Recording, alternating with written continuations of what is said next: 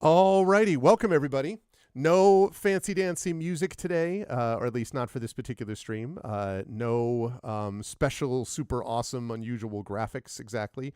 Well, I mean, there are super awesome special graphics that you're going to see in just a minute, but these are things that we are keeping for us because we are getting ready for to present this panel discussion, as we're calling it, this writing panel discussion called Crossing the 49th Canadian American Authors Talk Shop. So welcome everybody.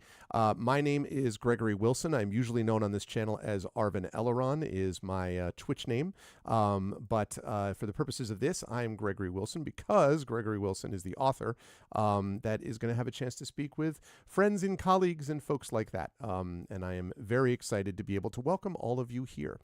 Before I go any further, though, let me just remind everybody that if you like what you see on the channel tonight, and if you're like, this is cool, I wish that there was more stuff like this, I have good news for you. There is more stuff like that that you can do because we are a story-based channel. We do a lot of focus. We have a big focus on story and narrative here in games and other things. And so if this is up your alley and you like the discussions we have, please follow the channel, which you can do by clicking that button right there. Please spread the word. If you're seeing this on YouTube later, please make sure that you do that as well.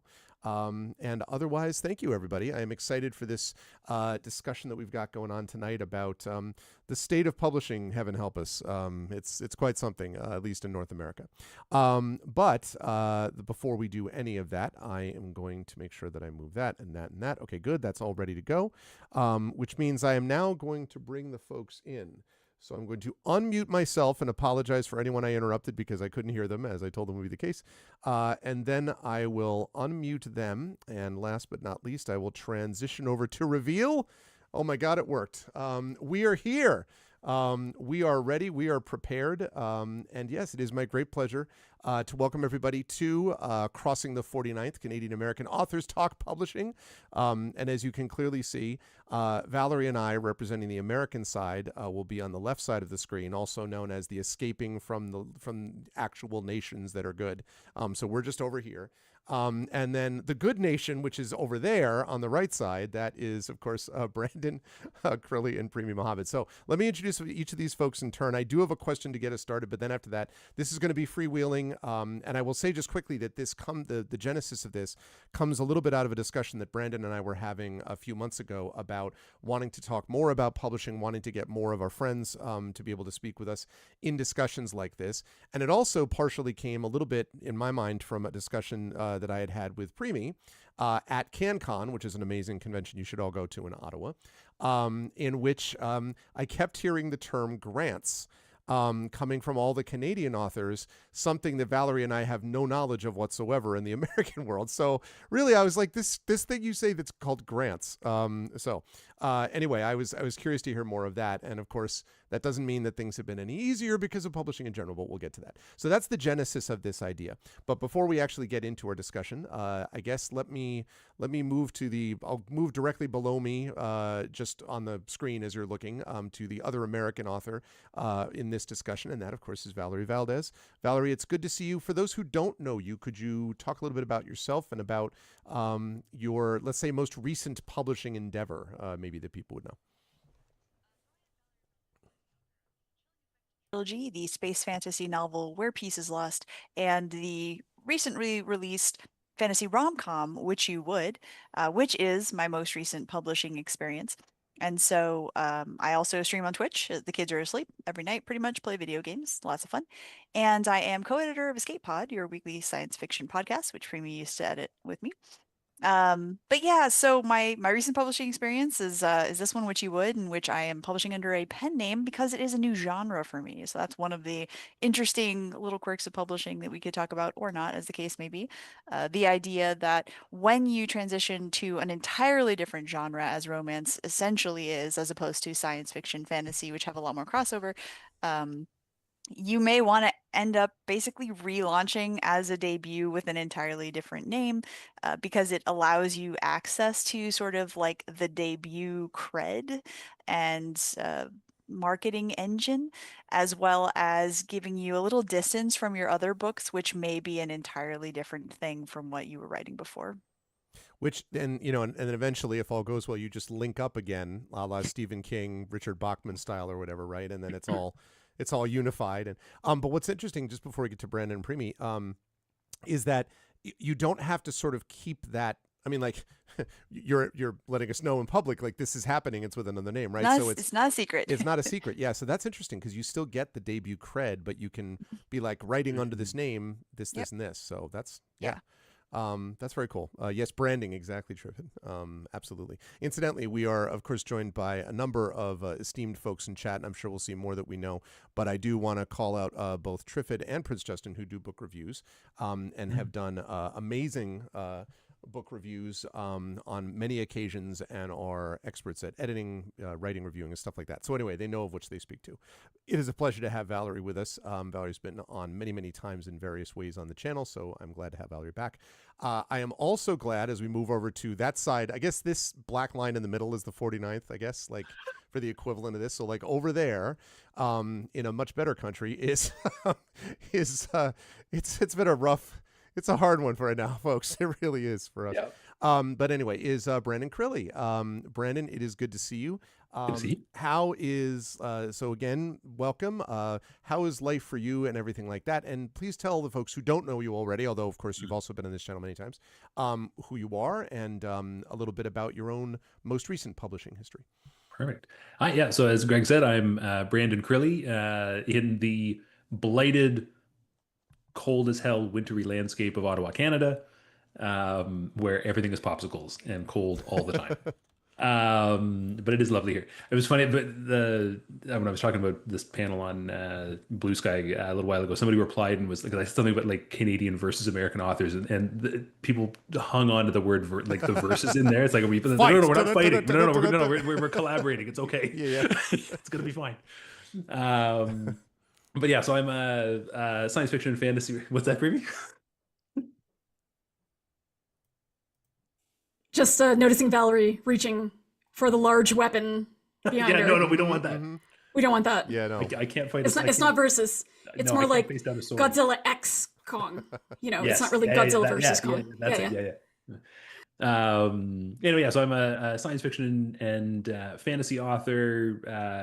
Ton of short fiction out there, and 2 novels so far, which I'll talk about in a second, as well as a games writer and game designer. And I've worked on things like the Expanse RPG and Shadowrun and a bunch of other stuff. And so we can talk a little bit about that and kind of the freelancing side and the publishing side in that vein. But on the book side, my most recent publishing experience is Cast Off, which I was smart today and I have it right beside me, which came out just a little over a month ago. Finished off my aspects of Ailda duology with Athos Arts, small press in Michigan.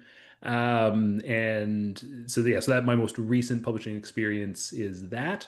But I'm also in the position of having very recently signed with a literary agent in September.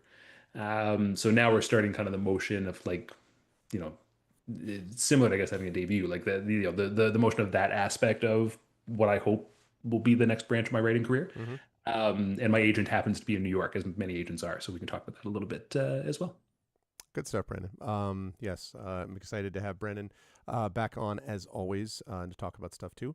And finally, yet another person who's been on this channel in another capacity, but is on today in the writing capacity, and that is recently yet again award-winning. Let me just say, multiple award-winning, Premee Mohamed. Premee, it's good to see you. Welcome back to North America from your recent trip. So yeah, maybe same thing for those who do not yet know you. Maybe talk a little bit about who you are in a writing sense, I guess, and also like the most recent. I know you have a lot of things, but most recent publishing thing you got. Most recent, okay. So my name is Premee Mohamed. My pronouns are she, her. I am based even further northly and coldly than Brandon. I am at latitude 53 in Edmonton, Alberta, Canada. It's very cold here. I'm very sad most of the year because I am a delicate tropical flower. That's the other important thing that I often leave out of my bio. I was educated as a scientist. I'm now unemployed, or as some would call it, a full-time writer. And I write sci-fi, fantasy, horror, novels, novellas, a lot of short fiction. I just had a flash piece come out in Three Lobed Burning Eye, which was part of their crowdfunding rewards. And my most recent book that came out was this one, which is The First Thousand Trees with ECW Press, which is based out of Toronto. And today also the audio version of one of my books with an American publisher just came out. So the Butcher of the Forest audiobook just came out today. So that's super exciting. And yeah, like Brandon, I am Canadian. My agent is American, and my debut novel was with a UK publisher, and I've also published with American and Canadian presses, and also most recently had translations with Catalan, Spanish, Italian, and French.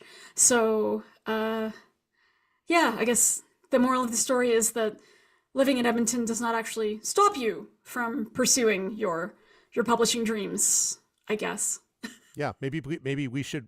Everyone should move to Edmonton. Maybe that's the secret. Maybe that's sauce. the key. I mean, let's make a list. No disrespect to Edmonton, but let's make a list maybe, and then we'll have some options. See how that we goes. might need some sort of study about cause and effect, though. So. Nonsense. I think they're completely related.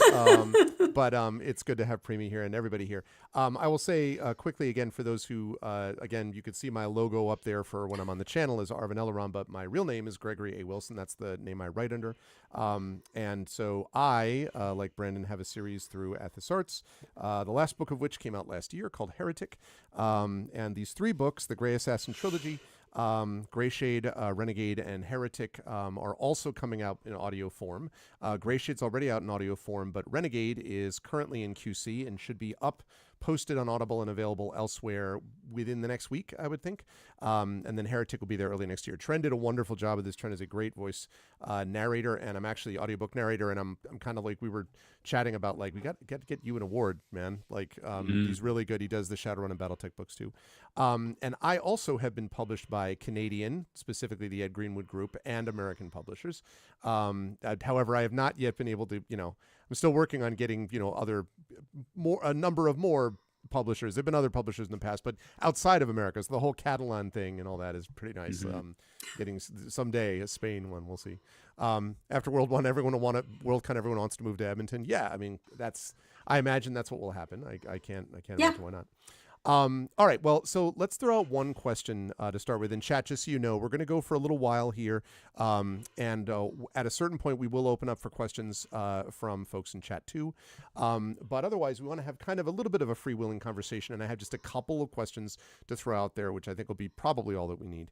But I want to start, I guess, by asking a little bit about where we think the state of publishing, and I'm specifically thinking about sort of North American publishing, is in genre right now for SFF, because obviously there is a general sense that everything is perpetually a disaster in publishing, and I that's probably somewhat true, but not entirely, and it obviously varies greatly depending on what your definition, I suppose, of success is, right? Like, if it's just about getting published, there are a number of good, reputable small presses that exist, although they also struggle, and obviously the large publishers are perpetually being sort of eating each other and getting fewer and fewer, and so there's a problem up top. But I guess I want to see, first of all, from all of our perspectives, what our sense is from each side of the border about what North American publishing is like. And I don't know who wants to take that first, but what are our feelings generally about genre publishing in North America right now? Like, where do we think we're at?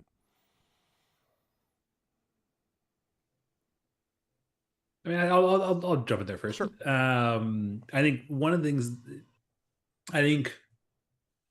the state of publishing in North America, I think one of the things that is still incredibly important, and I can't see changing anytime soon, and I know gets discussed up here among my Canadian peers quite a bit, is the ongoing power and influence and shadow of the United States. Like, when we talk about North American publishing, really we still just mean the United States. Yeah. Like, at the end of the day, right? Like, like there are more, like, especially in SFF, there are more Canadian small presses now than there were Actually, maybe not. I was going to say that there were pre-COVID, but I think we lost a few and then we gained a few. So I think maybe we just broke even.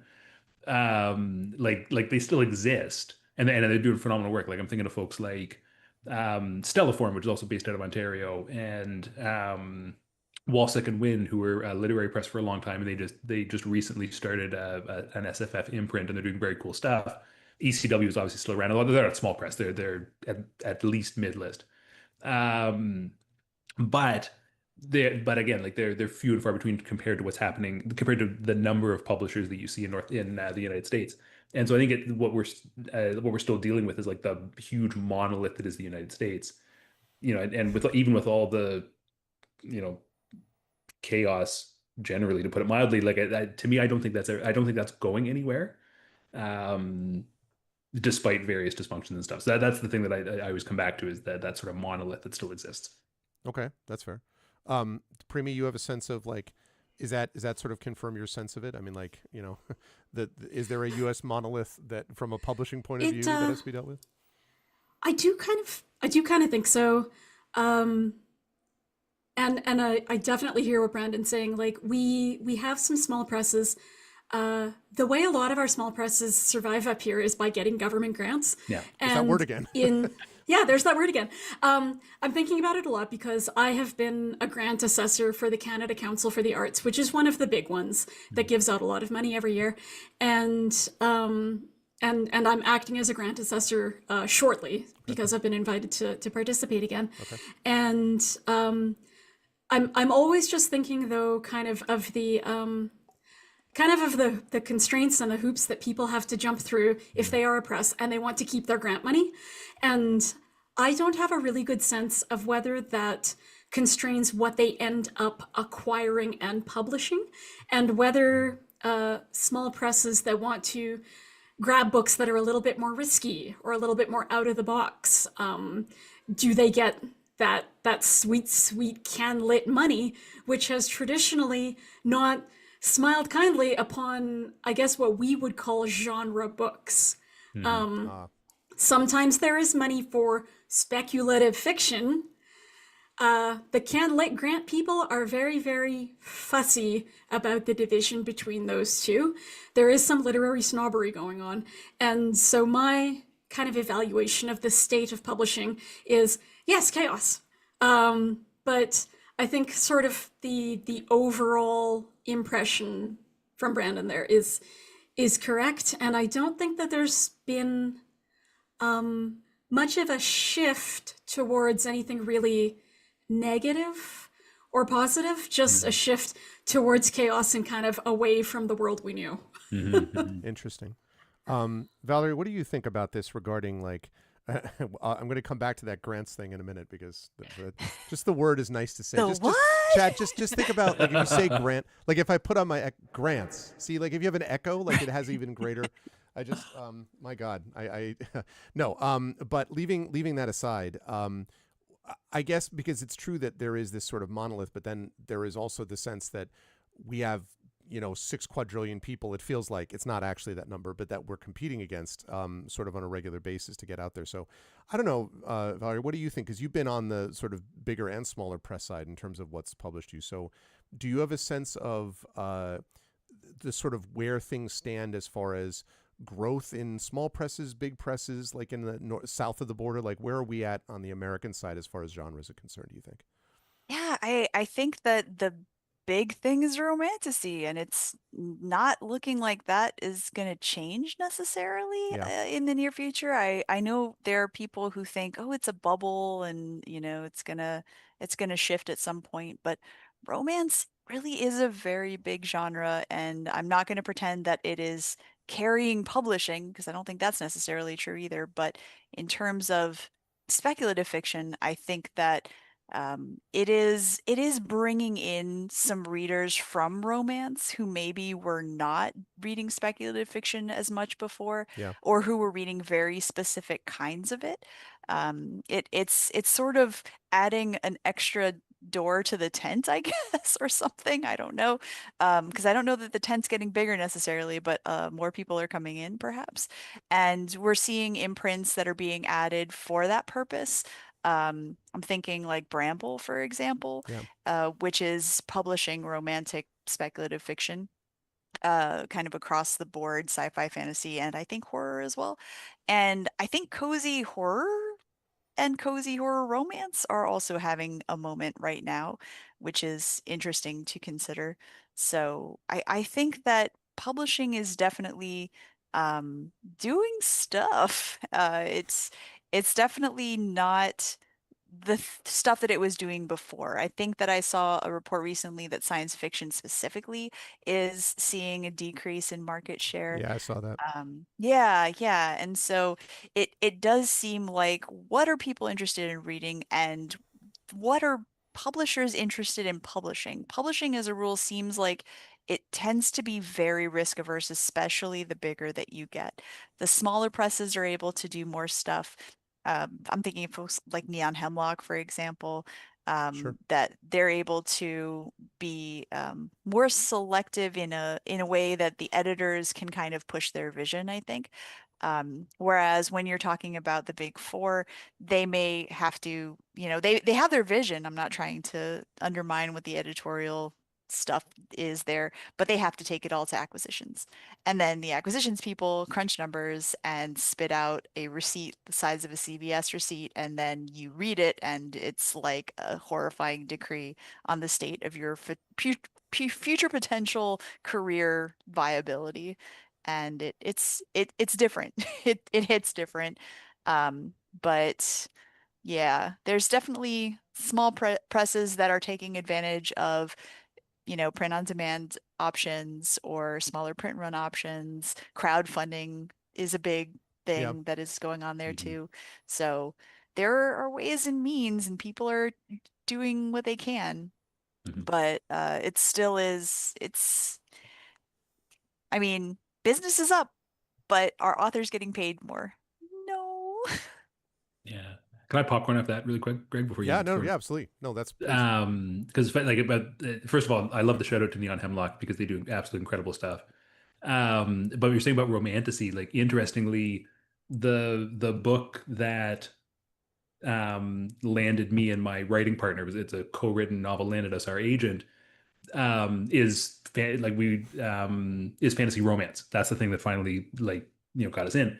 Um, and we're thinking, right, we haven't settled on it yet, but we're thinking of marketing it as multiverse romance specifically, is the what we're gonna call it. But the two of us and our agent all agree, like we were very clear on this, and our agent was hip to it, to specifically not market it as romantasy. Like, nothing against romantasy, but like, there's what romantasy appears to be doing, and then there's what we're doing in our book, and we're like, it's a little different. We're going to try to fill a different need. And so I think you're absolutely right about the circuit, the extra entrance at the back of the circus tent sort of thing. But like, but I think I'm curious to see if we're already now in like the response to romantasy sort of swing of it, and kind of see what happens from that. And that's, I mean, someone out there is going to correct me, but again, I think I'm seeing it. I'm seeing that response and that level of kind of that romance writing happening more from American publishers than I'm seeing from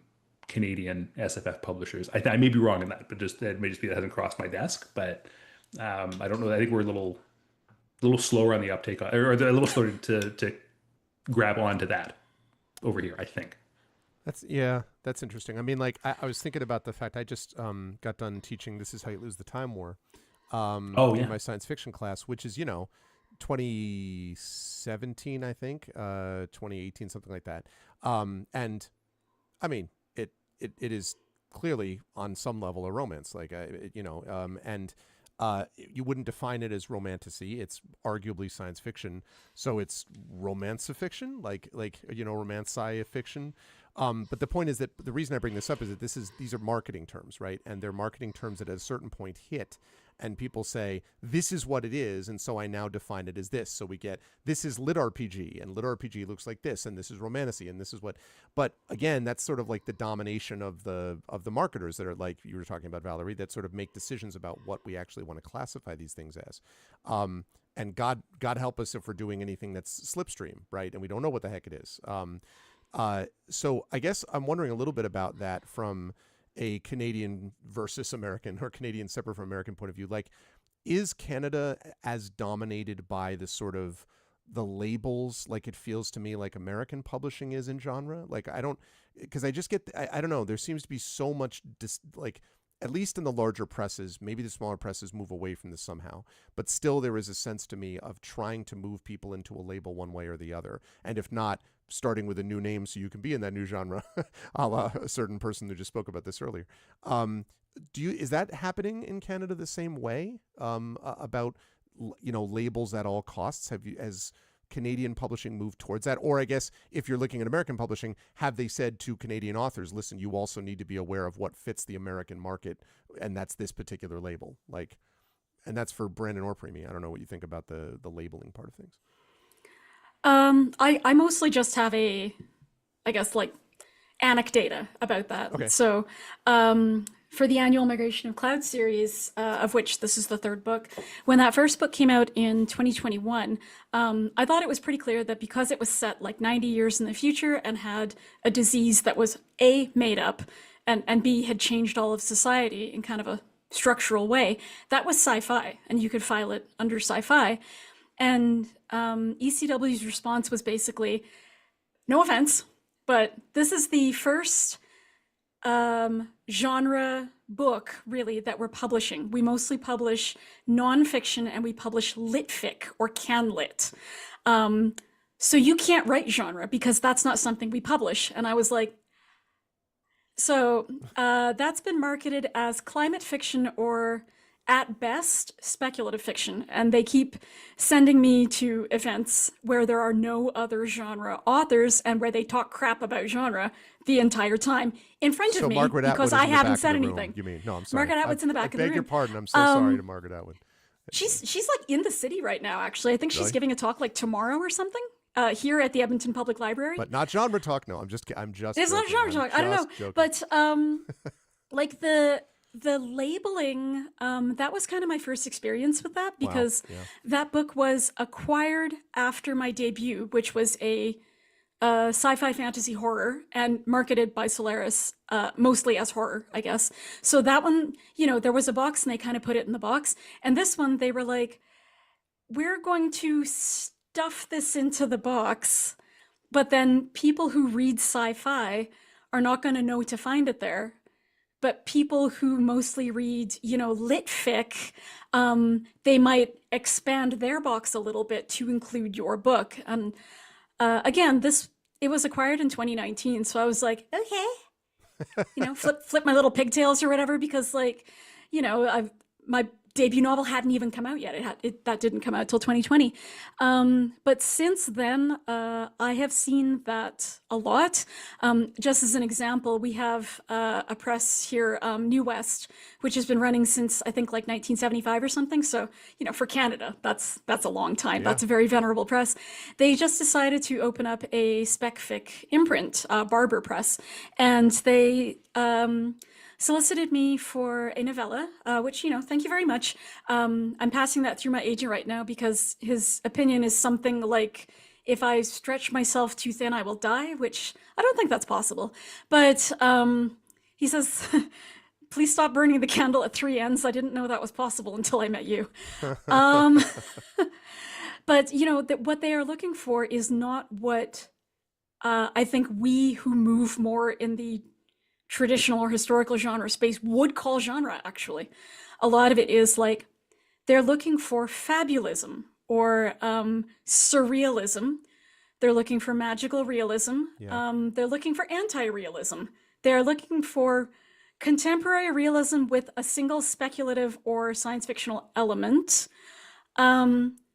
They don't really want fantasy or sci-fi. So it's weird to me that they have opened up this fantasy and sci-fi imprint, and they're not calling it that, and that's not what they're trying to acquire. Wow. So when it comes to the labels, off the top of my head, I can't think of that many Canadian presses who bill themselves as a genre press. Stellaform comes to mind, as Brandon was saying. Wordweaver, maybe. Like, who else, though? Right? Yeah, because I mean, like I mentioned, Wall Second Wind, but it's not like they just started their imprint, Mhm. and even that, and I think they also, like, even that imprint leans a little literary. I didn't even know about New West. I think part of the problem is that like the publicizing it is like even within Canada is difficult. Like we don't Yeah. this thing pops up and we don't hear about it. Well, and like the presses we know about in Canada are things like, HarperCollins Canada, Yeah, Penguin exactly. Random Yeah. House Canada. Yeah. Like, Yeah. oh, that's a Canadian press. Like, if we have to think of Canadian presses off the top of our head, we often can't. Yeah. Yeah. So, It's 1950s so branch maybe plans that's part of the still. problem as well. Yeah. Is not just that we don't have spec-fic imprints, is that we don't know about them. There may be a zillion out there. There could be one right behind me. Wondering right now. I'm waiting for someone in chat to be like, I am a spec for I'm Spartacus. exactly. Like, I'm a spec fic imprint. Valerie, what am I overstating the label thing? At least from an American point of view, as far as American publishing does desperately want to put people in, go to this spot on the shelf, do this thing, you write this, so go to that. Like, am I overstating that, or is that still a thing? I mean, I'm sure there are exceptions, but I think it's still a thing. I think that marketing and publicity are well-oiled machines, and whether or not they function as we may want them to, or as maybe most efficient or good in the market, they are still well-oiled and they are still machines. I mean, you can conceive of them as perhaps something like the 1970s computer that's still running the extremely crucial software at your bank or whatever, but they are nonetheless doing the thing that they are designed to do, and they're doing it as best they can on shoestring budgets, frankly, a Yeah. lot of the time, unfortunately, and extraordinarily overworked and underpaid people, many of them interns potentially trying to get a foot in the publishing industry. And so they are going to, for good reason, naturally gravitate towards, wanting to be able to put the round peg in the square hole, and then put the triangle peg in the square hole, and then put the rectangle peg in the square hole. And you're like, I hate that you're doing this. Why are you doing this? But they're doing it because they know what will sell, often directly to like booksellers is the thing too. right. Is that it's not just a question of selling to consumers, because selling direct to consumers in a way is a fool's errand, right? How do you even find them? How do you reach them? TikTok? Are we doing I know everyone cringes. Are we doing book talk? Are we doing bookstagram? Are we doing blog tours? Are we Blog doing tours. newsletter stuff? Like, do you have a street team? What the hell are you even doing? And honestly, they are throwing spaghetti at the wall at all times, because finding people where they are is much harder than selling a book to booksellers who are then going to hand sell those books to people who are going to put them cover facing out in their bookstores, Yep. who are going to order them in libraries. Canada, you could talk about libraries. Your library stuff is very different from our library stuff, Yeah. but we do get paid if libraries buy our books. And so that is a big thing. So being able to put put the round peg in the square hole can mean the difference between getting a book into libraries and that book just dying on the vine. Yeah, and I think the thing you mentioned there, which is important, and then I want to acknowledge some stuff in chat. In particular, that's important, has to do with this idea of distribution, which is something we haven't talked about yet much. But like, this is part of the problem, right? Is that the sort of the library stuff, and my first novel way back in 2009 was largely, it was for Five Star, which was an imprint of Gale Cengage, and a big part of their market was the library market. So it was getting purchased at a variety of these library systems across the country, which is great, which is, by the way, in case anyone saw the recent discourse over the last couple of days about a piracy site that I'm not going to repeat, that I had not heard of until 2 days ago. And I was like, that is sort of cowering under the label of a open source archive, which I'm like is really unfair to the term of open source, and is certainly unfair to the term of library. An actual library is one where they actually bought the book in the first place. But this is the problem, right? Is the distribution networks. Like Brandon and I have our books commonly, our last few books commonly through a place that Athos does good work. but distribution is very limited. And for most small presses, distribution is next to nil. It's a matter of, because you can say you can publish it on, it's available on Amazon, it's available in Barnes & Noble. But the problem, as I've talked about before, is if you make a hot dog stand, right, and you say, I have the best hot dog stand ever, and I'm going to go to New York and I'm going to set up my hot dog stand, and there are 8 million people in New York, and a lot of them like hot dogs. And so I put, just by sheer numbers, if 1%, 0.1% of 8 million, that's a huge amount of hot dogs. But the problem is you already have 70,000 plus hot dog stands in the city of New York that people already go to. So why are they going to go or even know that exists your particular hot dog stand, right? It has to show up somewhere for people to know that it's there and exists. And so the problem with having it like, oh, it's available on Amazon, it's available on Barnes & Noble, is unless it's getting distributed to places where people see it, and by the way, that's going to be harder for smaller presses with the folding of Baker and Taylor and stuff like that, it makes it extremely hard to be able to actually notice, which is why I was asking about, where it gets marketed on the shelves, because if you can have some just showing up in bookstores would be nice so that people can actually notice it and pay attention to it, And one of the things, like particular, because you mentioned distribution for Athos, and I imagine this is the case for a lot of small presses in the States, but one thing that I didn't realize until we were going through the process for both of these books is that like through no fault of Athos's, having these books distributed through Indigo Chapters, which is the biggest bookseller in Canada, is a colossal pain in the ass if you're a small press in the United States. Like, it took longer than it should have for the paperback of Cast Off to be available. Like, we couldn't get the pre-order available on like the Indigo website. And for, most of my, most people who know me, like most of my readers or fans, if they even exist, clearly exist. I saw them. I'm sure they exist somewhere. Are like are Canadian, right? And so if I can't say to them, like the question I get all the time is, oh, is it in Chapters or is it Indigo? And I say, well, you can buy it on their website, but they don't stock it on the bookshelves because so you got to go on there. And then immediately people lose interest, right? And because a lot of Canadians that I talk to here don't want to buy their books on Amazon; they want to buy it from Indigo. And so the fact that it's on Amazon.ca doesn't actually help me very much. And so it's dependent on me, because I'm the guy who's up here, to go to the Indigos that I can in Ottawa and be like, hey, I'm a local author. Can you put it on the local author shelf? I can't go to Toronto or Edmonton or whatever. Like, I'm not going cross country to get my book in bookstores. And that's just, and that's specifically because I'm here and my publisher is the other side of the border. I heard Canada's a very small country. Are you sure? We're all actually in one city. Yeah. But it's a really big cover that This territory. is why Yeah. if you meet a Canadian anywhere in the world, you can ask them if they know another Canadian, and they will always know them. Yeah.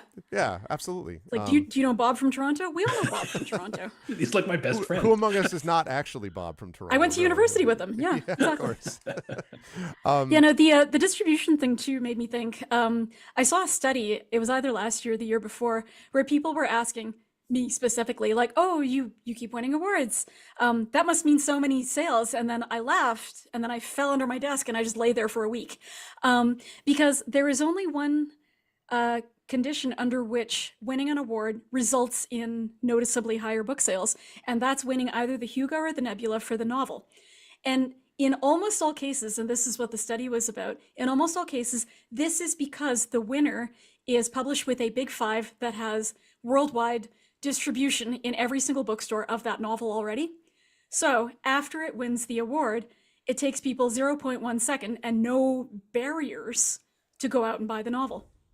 If it's something like, oh, my small press novella just won the World Fantasy Award and the Nebula Award, which it did, Neon Hemlock, you can buy it from their website. People are not going to go to the website and buy it. That's one extra step, and they're not going to take the step. It's like Brandon was saying, if they can't physically walk into a Chapters and pick it off the shelf, they literally are not going to buy it. Yeah. They're not even going to one-click it on Kindle. Yeah. And that's the case for so much of the book buying public. It's a little bit weird. I don't know. That's not how I consume books, but we are, I think, the 1%. Because we're writers. Well, and this is how it's very different as well for indie. Sorry, yeah. Is that it's the same problem slash challenge slash situation, in that you can say, oh yeah, if you order this book, if you go to the counter at Barnes and Noble and you say, can you order this book for me? Yeah, I'll order it for you. It's fine. It'll get there in however. Nobody's going to do that. Nobody is going to do Nobody that. does it. Yep. Yeah. No one. And so what you end up with is the people, you have this kind of separation between those of us who are like, oh, I want to buy this specific book that I know I want, or I will ask for my library. I'll do a library request to get this specific book so that I can borrow it from the library if the library will get it because they have the budget. Because what if they already blew their whole budget and then they tell me, no, I'm not going to order that book for you. Suck it up. And then on the flip It's side, a direct this quote, is, by the way. It's exactly yeah. suck it Yeah, up. yeah. And then they- Librarians are very known for just straight talking to the Yeah. patrons. Now get out. Absolutely. But then on the flip side, you have like the Kindle Unlimited readers, and those are high volume, high density. They will read every werewolf, shifter, biker book that has been written by literally anyone and put into Kindle Unlimited because it's a fee every month, and they just pay it, and then they read 500 books that are all, technically novellas or shorter, and they go about their lives happily, gladly, living very differently from the rest of us. for the rest of us people. And No shame, no Shiftily. score, More power to them. no Listen. shade. No, But it- they, but they it's- might be werewolves. We don't judge. That's I- right. But it's true. Like, I mean, the thing is that a lot of what we're talking about is curation, whether it's hand selling by booksellers, right? Or whether it's librarians recommending it or teachers, or if there's some kind of a list that people trust. Like easily the most successful was when this thing got onto BookBub. And BookBub as a selling thing, actually my mutual friend Marie Bilodeau, friend to many of us, is the one who sort of got me on this in the first place. And Athos, to their credit, put in for this. It is not the publisher. It is not cheap to get on there. However, when you get onto BookBub, it is a curated list, and that was astonishing because this sold like 2,000 copies without 3 weeks. Now, it was at a discounted price, but it was still not only an enormous amount of people bought it, and I had already earned out, so I was getting royalties from that. Not only did people buy it, the reviews shot up on Amazon and elsewhere. And I mean actual text, like literally written reviews. Like, I really thought this was good and blah, blah, blah, blah. And I was like, where were these people? Like, it had been out for a while beforehand. And the answer is they didn't get it because there was not a curated list for them to look at. So it's also that, like, it was like, okay, there's like, well, I don't know how many BookBub recommends in a month, but, say there's like 5 books, right? You should look at these 5. They have a large list of people who are like, BookBub sends me stuff that I like. I will get this because they say I should. Oh, good. And BookBub makes sure they only pick up books. Most books they don't accept. They accept them if they think they've got potential, if they've got the right blurbs. I don't know, like a combination of things. But it's curation that we're talking about. The problem is, how do you actually get the curation when you're trying to actually get noticed for distribution at all? Like, how do you arrive there one way or the other? Like, and I want to acknowledge the few people in chat have been talking about this, about Venezia. The thing is, I found so many cool books by authors not from bigger presses, and I can't get them in stores. I don't mind ordering them online because I want them. I just wish those books would get more attention. I mean, yeah, the issue is not the total amount of readers that exist. The issue is getting, and including genre readers, the issue is getting those genre readers to notice. And what everyone has said here is absolutely right. It cannot be, oh, just do this. Even like scan the QR code and then no, it's got to be in front of them. That's the whole point of the impulse buy. They're like, oh, you have this here in front of me? I will take, that it makes a huge difference. Otherwise, it's asking an extra step that they're not going to do. Just let me reset quickly. So we are, this is the Beyond the 49th, I think is what it's called, Talking with Canadian American Authors. I'm joined by Valerie Valdes, Premee, Mohamed, and Brennan Crilly. My name's Gregory Wilson. We are talking about the state of publishing. We will talk a little bit about writing, too, in general, in American and Canadian publishing. But thanks to everyone who is here, both in Twitch and also in YouTube. Grivix actually says, still pondering in YouTube about cozy horror. Is this like vampires under a blanket watching TV, or ghouls drinking tea watching a rainy autumn day, or a witch stroking a cat waiting for a cake in the oven? The only thing I'll say about that, Grivix, is I'm slightly disturbed that feels vaguely like a Gen AI prompt, and I'm sure that that's not what we would want. But if you asked us to write that, we would do a bang-up job, okay? I just want to say. But no, thank you, everyone, for listening in. So distribution, I think, is and curation is kind of a big thing. Do we have a thought about what I mean, what we can do to address this on some level. Like there have been all kinds of discussions of doing. There's obviously been authors co-ops over the years.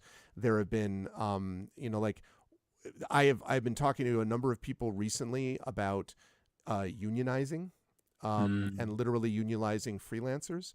I don't know. I think it's illegal for us to do, by the way, What? FYI. I think in Everything the is United illegal in States, America. I mean, for writers, I think we are literally not allowed their to country is better. unionize.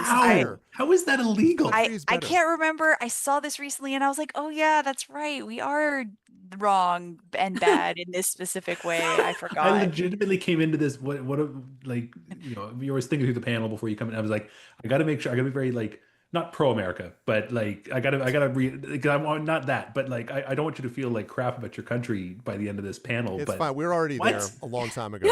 Yeah, Long time so ago. there are like writers guilds that are specific for certain industries, but if I'm not mistaken, we cannot Oh. unionize. And so the Writers Guild, I think, Right, because you got so like you've the got Screen like Actors Guild. And stuff. yeah, and so you've okay. got certain groups that are able to do it because they fit into certain professional niches.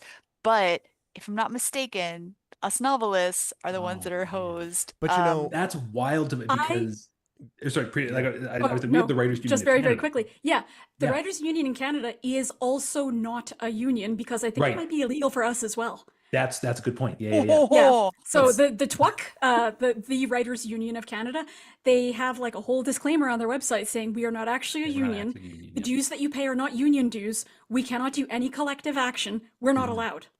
Right. So maybe it's the same here. And Yeah, what Tina so- says in chat is about that.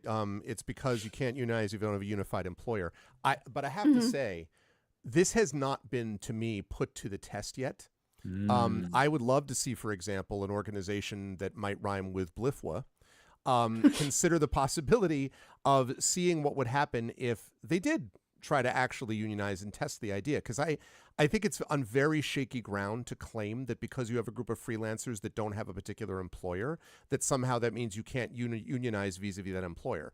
Why? You're part of a union. If you if a publisher wants to work with you, you make it clear that you will work only if they accept sort of unionized contracts, which is what they often do in theater, by the way, Broadway and off Broadway. You have people who are union and people who are non-union, and if you're non-union, you're sort of looked side-eye by people who are union, and for good reason, because you need to be. I'm in a union, like my teachers' union, right? Like we're in other capacities, but like I don't know. I would love to see that tested in some way and challenged, because it feels very sketchy to me that it just, because you're right. I think you're right that freelancers can't do that, but they should be able to, though. I don't see why that's necessarily a legal barrier if it ever came to the test. Problem is who's going to fund it, though, right? Like you got to fund a legal challenge and we got to write books, right?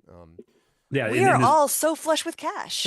so much money. There's so much money. Thankfully, we're all independently wealthy, and yeah, exactly. Yeah. We can use our Anthropic God. lawsuit money. Yeah, we'll just use that. Oh my God! All right, I didn't want to come to that, but I will come to that. So, I guess all of well, I mean, listen.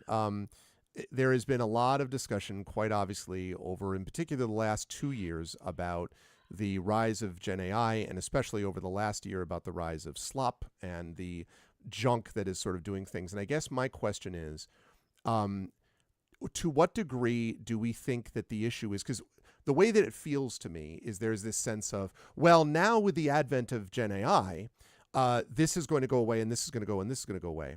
And I do wonder if this isn't coming up with another excuse not to pay authors, but we clothe it in something different. So now the big boogeyman is just Gen AI. Incidentally, Gen AI is a scourge and should be yeeted into the sun. Like it's horrific, right? And we all need to collectively fight it. And I do think it's a bubble which will burst and have terrible economic consequences, but never mind. But I'm wondering, is this just sort of reconfiguring the way that we label we can't actually pay authors what they're worth? Is that a general sense of where we're at, or is Gen AI of a different kind, and so it's created this entirely new and separate challenge for us on the sort of publishing side of things? I wonder. I think it's the second one, because I don't want to sound like I'm looking at publishing through rose-tinted glasses, because I've been at this too long to look at publishing through rose-tinted glasses. But I genuinely think that the majority of, like, when you're working directly with like editors even at the big four, like it's people who love books. No, I agree And with that. Yes. right, like that's Mhm. so. But there's somebody, you go high enough, and there's somebody who all they care about is the bottom line, right? So obviously that comes into effect. But to me, I think the broader issue, which affects things like distribution and how many, say, Canadian markets there are versus American, Right. is the like how Gen AI contributes to workload and burnout. And I immediately started thinking about all of the short fiction editors who are, which, I mean, Oh, Valerie, you're probably geez, dealing yeah. with this, right? Like Yep. the sudden influx of submissions written by AI, and then you get more people burning out, and more people being like, fuck it, this is what's happening. I don't want to start a press because I don't want to deal with that on top of other stuff. Like we looked at, like, here we have say On Spec magazine, for example, which is our RIP. oldest and longest running magazine, right? And Diane Walton had announced, you guys probably saw this, right? But like, for folks in the chat, like, she announced, where, like, she was stepping down. And if I remember correctly, from when I saw the announcement, it was like nobody else on the team they were like, yeah, no, we've been doing this for a long time. We're just going to call it, and nobody else wanted to step into it. And for a hot minute there, it looked like On Spec was just going to shutter. And then, if I remember correctly, said like another publisher came in and said they were gonna, we'll keep them afloat, is what I've heard. But again, we have these situations where, like, these even long running, uh, in this case, magazines are like, yeah, I think we're just gonna get out, right? And I think that's where we see the broader impact on a broader impact of Gen AI, in my opinion. Others? Sorry, there's a little animal here who's trying to pull off my socks. Oh. Hello, Fiasco. That would be the kitten, Franca. Oh, hello, kitten. What a bad kitten.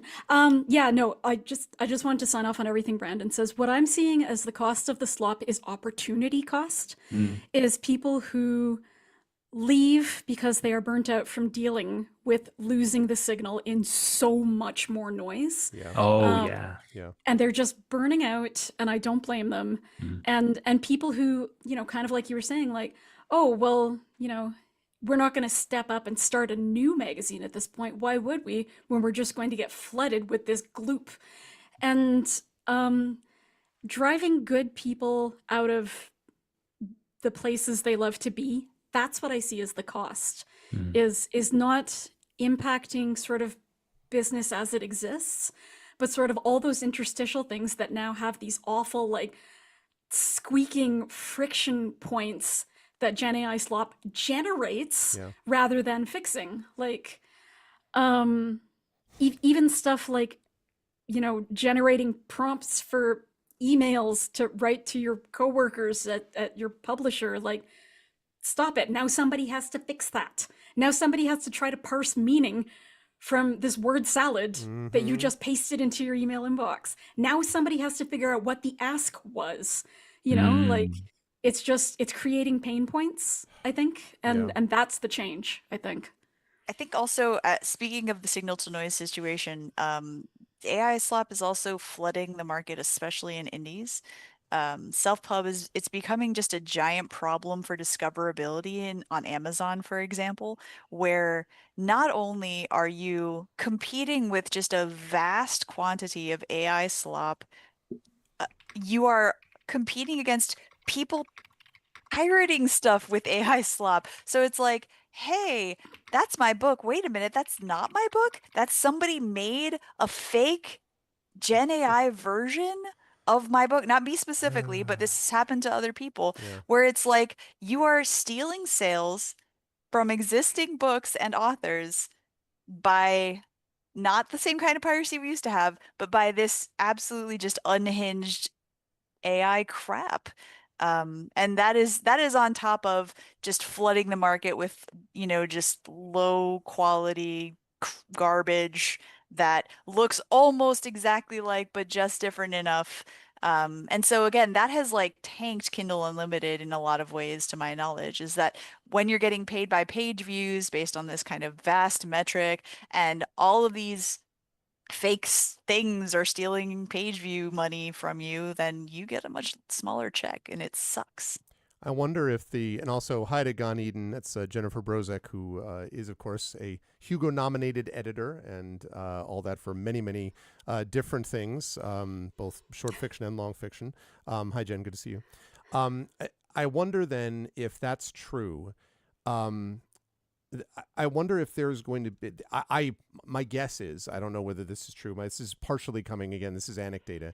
This is coming from my own experience in terms of dealing with my students, based on a lot of changes I made this semester. The short version of this is I really essentially tripled my workload because I pulled all of the stuff in class except for the reading. So everything now is done in class completely, because it's the only way that I can be sure that I'm actually getting my students and hearing them, and not some AI-ified version, whether it's Grammarly or more likely ChatGPT, of them. And I was starting to resent it. I was starting to resent my students, and that's a very bad place to be. And I'm like, I've got to change this. So massively increased my workload. I think I will be pulling back a little bit. I know how to do that now that I've done it once. But the good news coming out of it, and this is going to lead to my question, is that I was surprised at the level at which my students were engaging with the material, and they are right in front of me. They are not on their phones. They are not on their laptops. These are handwritten. So I know for a fact that they are coming from them, unless they have chips wired in their brain. This is coming directly from them. They don't even have AirPods in their ears. Okay. And what I'm getting from them is decent stuff. Like, it's actually decent material.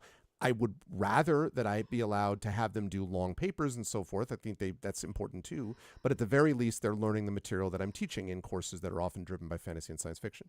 So I guess my question is, I wonder if there will not be then a push for what so-called real authors, right, us, can provide, precisely because we're not that. Like, I find, I don't know if you feel this is the same way, but there's a reason that everyone talks about this like slop. And everyone talks like this about being weary of it and about the sameness of it. Like, everything's painted the same basic beige fuchsia something. You know what I mean? Like, it's all the same thing. And I wonder if in the face of that, looking at the actually wonderfully prose that is being done in our genre in different places, maybe there is an opportunity then for people who are going to be seeking out that specifically, like, certified, not AI, or I don't know, like, is something like that. Do we see that as a possibility that people are looking for that or could look for that? I mean, I know people are doing it already. People are putting that sticker on things. People are putting it in their books. People are using it as a marketing tool. Whether it will work on consumers is definitely the question, I think. And you raised it, and it's there, and I don't have answers for you, unfortunately. But I wondered somewhat if this is becoming kind of like an Upton Sinclair moment for writing, where, you know, we are going to start having people eating chalk-filled bread and going, what if we had somebody who could make sure my bread doesn't have chalk in it and my cans of meat aren't full of horrifying stuff? But uh yeah, I don't know. I don't know. Because I think that for some people, and I hate to use the word consumers because it just makes it sound so clinical, but I think some people have like a good enough threshold. And if we get to the point where AI is good enough, are they going to care? And I don't know.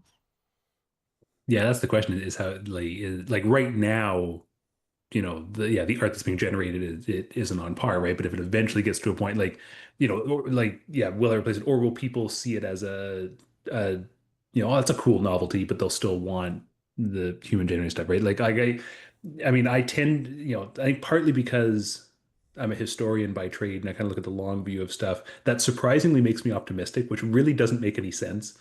But in a way, but it does. I think much in the way that if you take the long view of history, we like society skews more progressive when you look at like the total, like, we kind of go like this, but in the end we tend to head towards better stuff. And I think that's also true of technology. Like, if you look at like if you look at, say, consumer is a good word to use here, I think, because if you look at industries where innovation, which is also a loaded word, but where, let's say, changes in technology have drastically changed the face of the industry, whether it's the Industrial Revolution or like robotics in factory work later on, and that ends up changing workforces in such a way that a whole lot of people need to find other work or get kind of phased out, and that's obviously terrible. But like to me, art is different. Like I think there's a people are always hungry for art. I think that's a lot harder to replace, even if the AI is gets good enough. To me, that's not the same as like a factory shop floor. Like both are like you know like the factory shop floor is also incredibly integral. Like I don't want to make it sound like I'm diminishing factory work, for anybody in the chat who happens to be a factory worker, but um, you never know. That sound you hear was all Um, the general GM plants. yeah, in exactly. Michigan, General Motors screw people this front guy. lawn with Screw all the picket YouTube signs. ones. Yeah. Yeah, that's not what I mean. But art I think is very particular, and so I think no, I think like Greg, you mentioned the bubble's going to burst at some point, and I think that's true. And I think the problem that to bring back to burnout is we like how many of us will still be here, right? Like like how many new authors? Like I think of that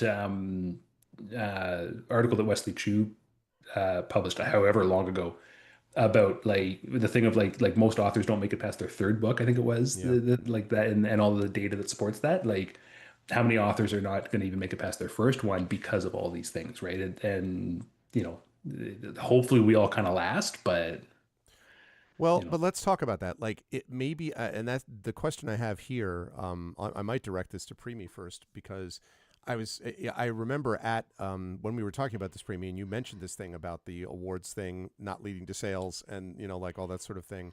Now Premee is an exceptional writer. Like that doesn't take me to say that, but like there's a reason that like you win multiple. That, Premee wins multiple awards and all this stuff. It's not out of nowhere, right? He's a wonderful writer. The thing that I wonder about though is I remember you mentioned that to me and I'm like, are you kidding me? I cannot believe that this level of awards wouldn't at some point create this. Clearly, we need to be getting this person's stuff. I understand you explained why, but I'm saying it's amazing to me. So I wonder about how much, and this gets back to my thing about the whole unionizing thing, but leave aside the work related portion of it, the critical nature of having communities of peers and colleagues, not just readers. We obviously need readers, naturally, that's what we're here for, right? But like, do networks of writers make it possible for us to, it doesn't necessarily make it possible for us to pay the bills. It doesn't, I understand that it doesn't practically do that. I'm wondering if there is an emotional support level at which we need to make an effort not to be siloed in the way that authors can often become. And that we've got to be able to reach out to each other as members of a community in the way that something like CanCon tries to do, or other conventions that we're associated with, or other, or having a chat about this on a Twitch channel, say, like, do we need more of this, especially in the face of what feels like these pressures, so that we can stick it out? Because I am convinced it's a bubble. I am convinced that a lot of these things are going to improve, but it won't matter if none of us are here when that happens. I mean, it'll matter to the future maybe, but it won't matter for us. And it will be an enormous loss because we won't have had the opportunity to pass on information to the next generation of writers that would be able to do the same thing in turn. So I guess, I don't know, Premee, do the networks help at all? Do the communities help at all? Should we do more of that sort of thing? Like, what would that look like if we had us working more in a community to support each other emotionally, I guess, as writers? Yeah, it's such an enormous question, I guess. I know I for sure wouldn't have stuck it out as long as I have in publishing, if not for my community. Just, having people who actually understand what you mean when you talk about publishing, because otherwise you end up doing things like telling your therapist about it and just having her sit there like, Yeah. what? Mm-hmm. No, that can't be right. There's No, no way. that's how it works. Yeah. That's how it works. It doesn't just work like that for me. It works like that for everybody. And then you sound nuts, which is okay because you're in therapy. But yeah, I'm curious too when you mentioned the word siloing. I guess being in kind of sci-fi fantasy horror, I don't see a ton of that in the community. What I the silo that I see is kind of Canlit, God forbid, and Canlit's idea of speculative fiction. They don't use the word genre. Genre is kind of a swear word, so they don't like to swear. The big G. Okay. So those are the two silos I sort of see. But I'm curious as to, can you dig in a little bit further when you say the siloing? It's probably inartful terminology on my front. I was really thinking more of isolation. Specifically, I was thinking about authors in isolation because I love isolation. But in all seriousness, I was trying to be careful about that because I'm not actually making an argument that like everything's better if we're all in coffee shops together. Like I'm not saying that, but I guess the point is the sense that I get from a lot of people is authors talking about, I'm here doing my work for hours, days, months, years, and then I produce this stuff, and it's like I'm sending it into the void somehow, right? Yeah. And it feels like no one else is challenging the void at the same time. A different kind of void, but it's still a void. And like I think for me, that's what I guess exactly what you're talking about. Okay. Yeah. So when I came into writing, kind of through short fiction, I often found myself actually wishing I had like a more experienced author or mentor to talk to. Yeah. I was mostly just talking to people kind of, my peers, like short fiction writers who had made their first or second sale or whatever. And those are all the people that I've kind of hung out with and grown up with over the last 6 years or so. But exactly what you're talking about, that information transfer, newer writers or writers who are just getting into publishing, they can't calibrate something as normal or abnormal unless they can compare it to somebody who's already on the inside. Right. Otherwise, they're kind of standing there looking at their contract like, oh, this seems fine. I guess I'll sign away my film and TV rights. It's not like anyone's going to make anything of those anyway. Yep. Sign. No. The rest of us are like thrashing around like this. Don't do it. Yep. But if you're not in a community, how do you know who's telling you? There is a vast amount of information on the internet. It's hard to parse what's true, what's useful, what's being biased, what's being monetized. This was my whole last year as the writer in residence here at the library, was people who would come to me with like printouts and be like, well, this guy says I should do this. I'm like, that guy is trying to get you to buy his $7,500 novel writing class. Yeah. Throw him into a volcano. Yeah. That kind of thing. Yeah. Which by the way, not to get off on a tangent, but I saw there's an advertisement on Poets and Writers. I could not believe this for a series of tiered hybrid publishing plans that included, get this, the lowest priced plan was $7,500 for 2 guaranteed review sites, for full distribution in Barnes & Noble and Amazon. Like we couldn't do that anyway, right? And it like and things of that nature. And then if you got the platinum plan, or whatever it was called, the premium, I don't remember what it was called, but it was like $10,000. And I almost want to say it was per book. I don't know if it was that, but $10,000, something like that.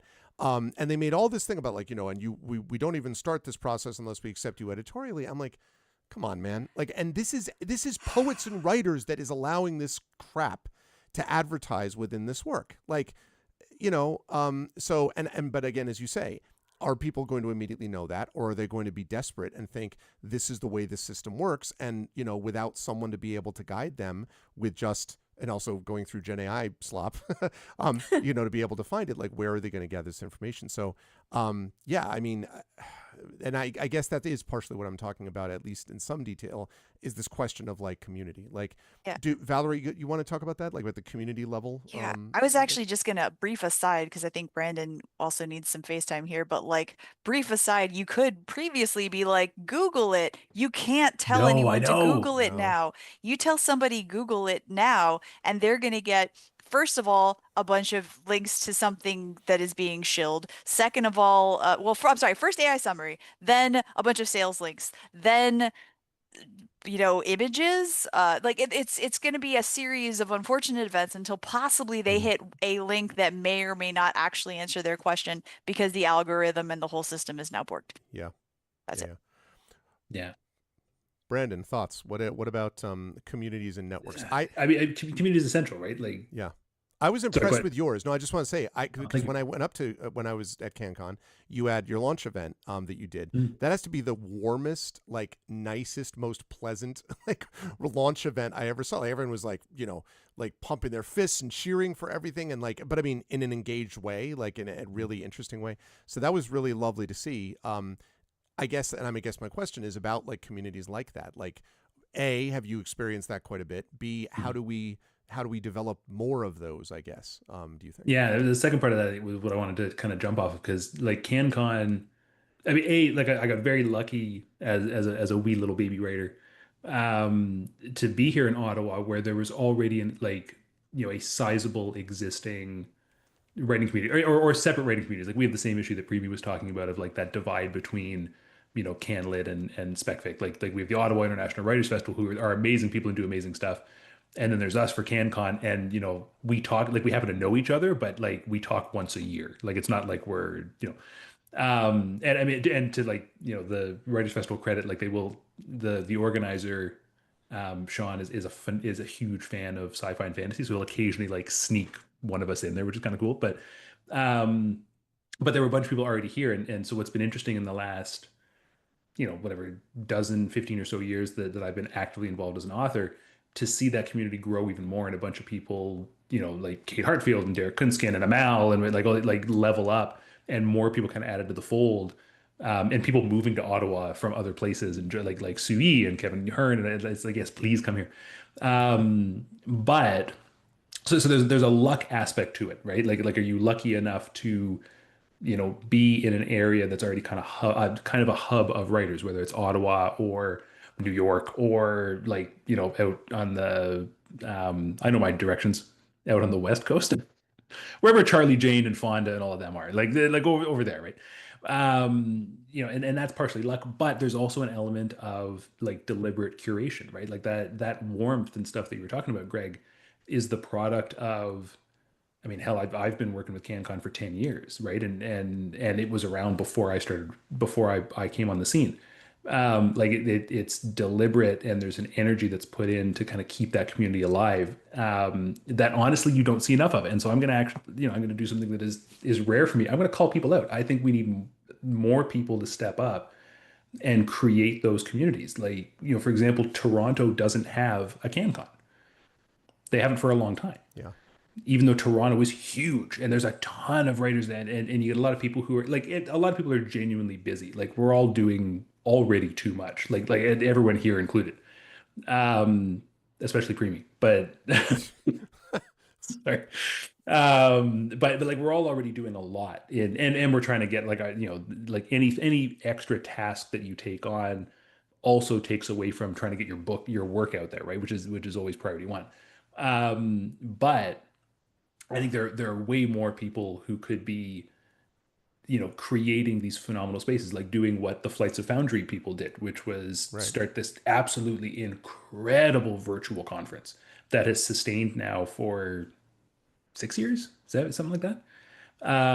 With what LD Lewis and Brent Lambert and their team did with Fiacon, like they created that from scratch, and it fucking killed, because they had the right team for it. So I think I think more people need to be curating those spaces, to bring people in, and I wish more people would. But I think part of it too is that a lot of us organizers don't talk to each other either. Like we're also kind of siloed, and you try to push against that, and that's tough too. So there are roadblocks to it, but people need to step up, man.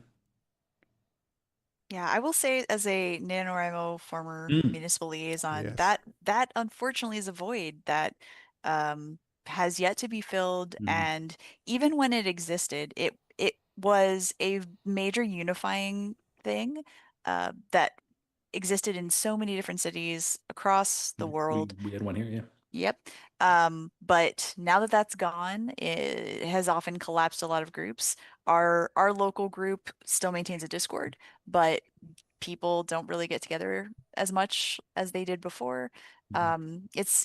Things develop and then things fragment. And so like Dream Foundry's Discord is definitely a place that I often send baby writers to because it is so full of people at different skill levels, different knowledge levels, and everyone there is very eager to be helpful. And I think that is one of the important aspects of community. I think also that one of the one of the issues that can arise is the distinction between a community for writers and a community for writers and fans, because those Mm. are not the same thing Nope. and Yeah. they don't do the same thing. Mhm. There is an existing perpetual sort of issue in uh, publishing where if you're only selling to writers, especially in short fiction, this can be a huge problem. If your readership is primarily composed of people who want to be published in your publication, you're not going to thrive, because that is a very small community compared to the vast quantity of people who might want to just read stuff. Mhm. And it functions very differently. It's a different dynamic, it's a different kind of churn, and it's not as sustainable. I look at something like Premee's being published by New Edge Sword and Sorcery, and they have developed a very strong online again, Canada. Hey, shout out to the publisher, Brackenbury is in Canada. But they have a very strong online community, and they try to bring in readers is really what it is. Are a lot of the people there writers? Yeah, they are, but they also are just fans of sword and sorcery. And so having that kind of group, yes, there's like a subset of writers in there that are talking about their writing and what they're trying to do with their careers and publishing and whatever, but it also is just people nerding out about a thing they love.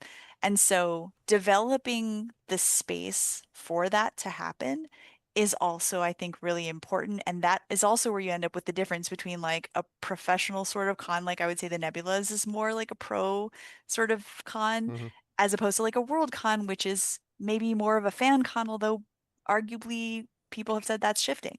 But it's different dynamics, it's different kinds of community, it's different levels of community. And so there's the communal support we get from each other as writers going through the same writer stuff, but also how do we then kind of cross that line to be not just writers, but also fans of each other? Yeah, that's well said. There's a I was thinking about a little bit about the uh fantasy subreddit that's run by Steve Drew, which, it was largely composed of fans, although they had the AMAs, like many people did, including me, did Ask Me Anythings on there.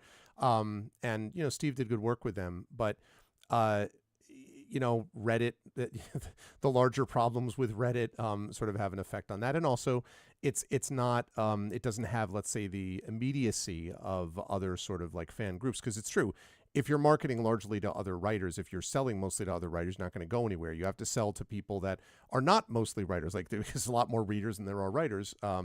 And so that has to be done on some level, I guess. I was thinking a lot of these things, it feels to me, as you say, they come together and then fracture. Like I did back in 2011 and 2012, I did the Wellspring Workshop, which was a short-lived thing that was kind of based on the sort of the Clarion West style system, or Clarion system. And I was in this workshop with Cameron Hurley and Eden Robbins and Brad Bollier, and like a lot of good people doing this stuff. And that was and Eugene Myers, EC Myers was in that too. And like that was really, really, not only were they great writers that I learned a lot from as I was in there, they were also super supportive because they were going through the same kinds of things. But it only lasted for 2 years. It took a lot of resources to, run it and kind of set it up. Brad was the one who ran it.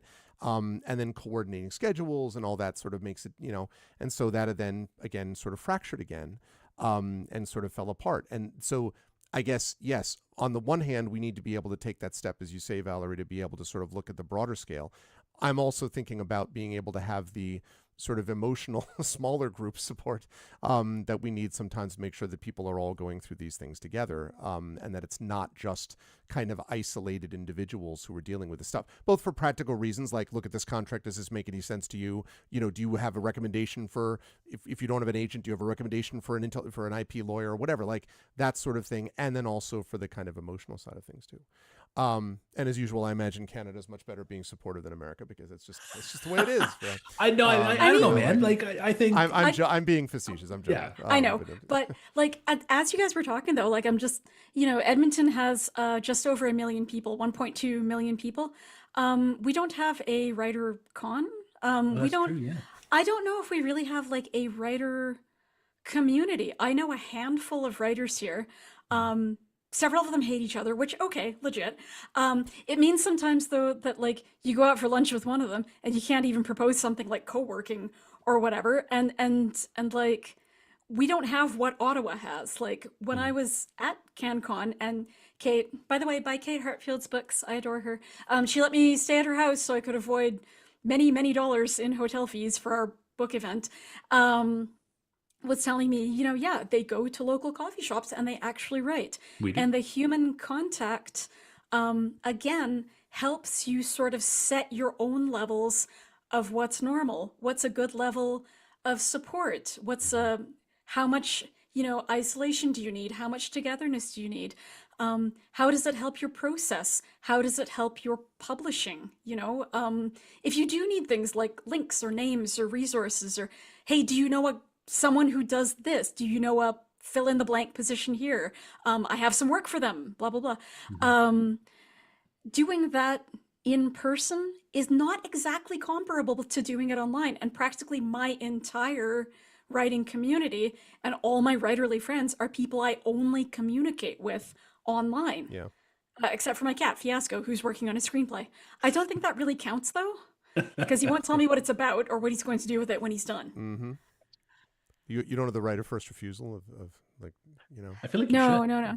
Well, I feel like I should too, but I don't know. I'm starting to think he may have scammed me to get adopted from the shelter. I don't know. It's been a couple of years, you guys. It all fades into the mists of the past. I don't I'm know. getting What do you suspicious. Chat, quick reset. We'll be going for about another half hour or so, talking about stuff. We are going to open up to questions in a couple of minutes, and we'll talk about that when we actually get there. But I am here with Valerie Valdes and Brendan Crilly and Premee Mohamed as we talk writing and publishing, Canada and America, and the state of things in 2025, the year of our Lord, et cetera, et cetera. Very, very fascinating for me to listen to all this so far. Let's if we can maybe sort of zip a bit over then into we've talked about sort of publishing generally. Where do we think the field is at in terms of, and I have a thought myself, but I want to hear what you folks think first, about where we're at in terms of craft, and specifically I mean the work being produced right now within our genre, within science fiction, fantasy, horror, and romantasy, within these fields. Like, I will say my sense is that I think the craft stuff that I see coming out now is as good or better as anything I've seen in genre. I think the level of the work that's being produced is absolute top-notch, which is not to say that there wasn't ever top-notch stuff before. It's just there's a lot of great stuff coming out right now, is my sense of it.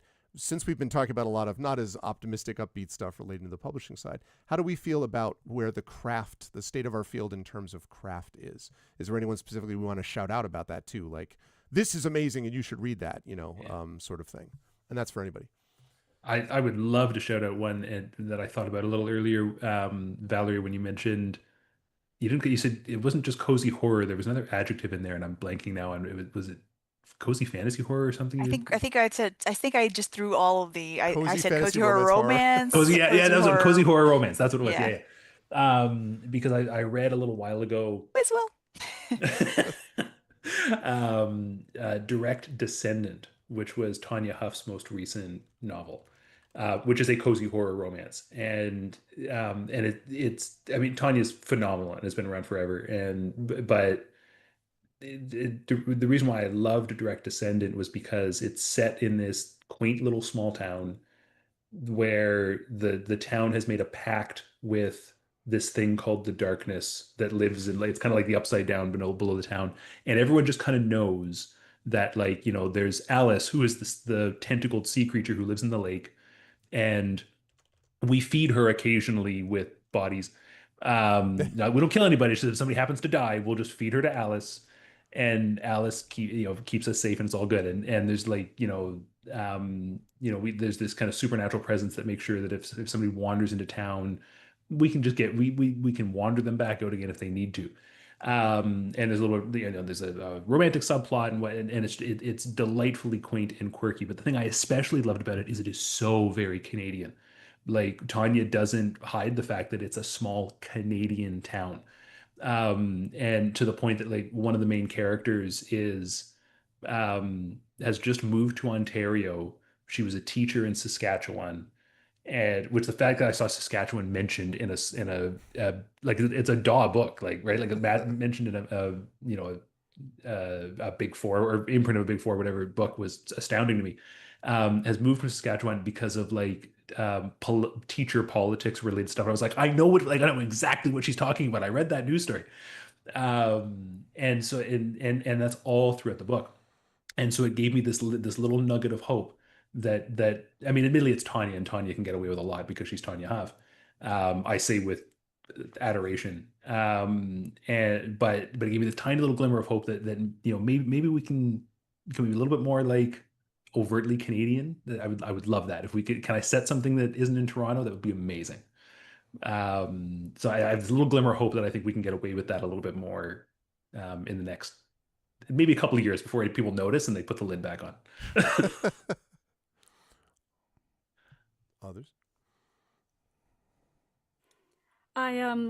When I first started getting published, I sometimes got people in interviews who would ask questions like, well, we noticed that your debut novel starts off in Edmonton.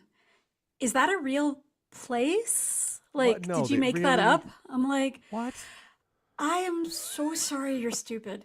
But okay, and also I did not actually say this to any of my interviewers, but I was thinking it. But I never actually got suggestions from any of my editors to change the locations of any of my books from where they're published. From ECW, you expect that because they're a Canadian publisher, so they're like, this is fine. For my American publishers or anything like that, I've never even heard them like hint at it or like mention it. And I also get the impression, though, from people that they think Canadian authors are constantly pressured to change the location of their book from Canada to the States. I have never seen that. Maybe I'm not talking to the right people, but I now have to mention Saskatchewan in my next book. Please do. Please do. I don't know how I'm going to because it's a secondary world fantasy, but I'm gonna There's gotta be a way squeeze to it do in it, there yeah. somewhere. I don't know. I think Yeah.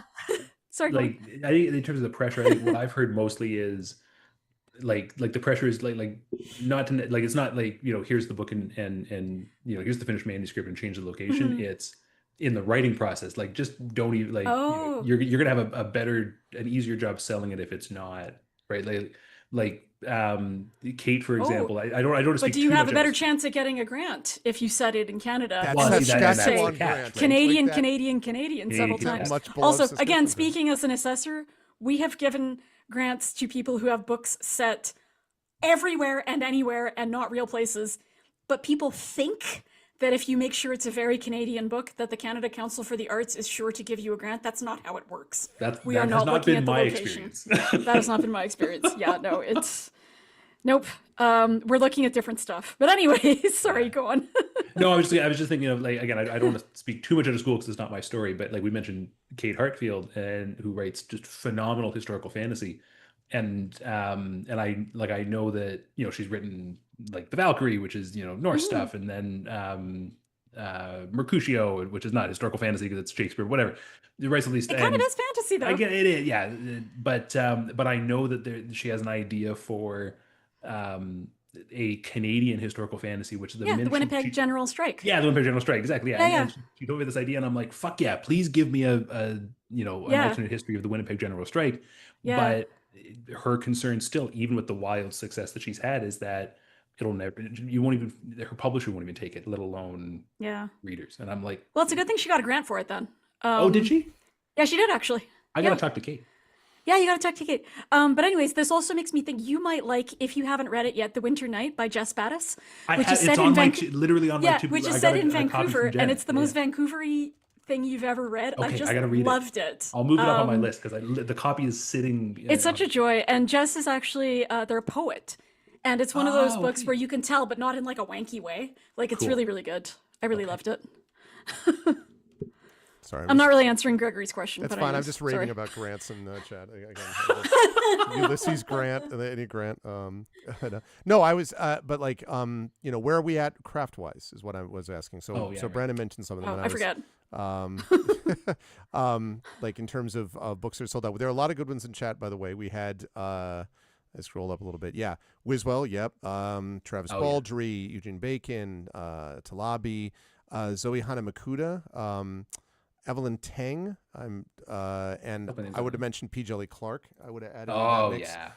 I teaching Dejin in Cairo I started doing that last year in my fantasy class. Nice. To good effect.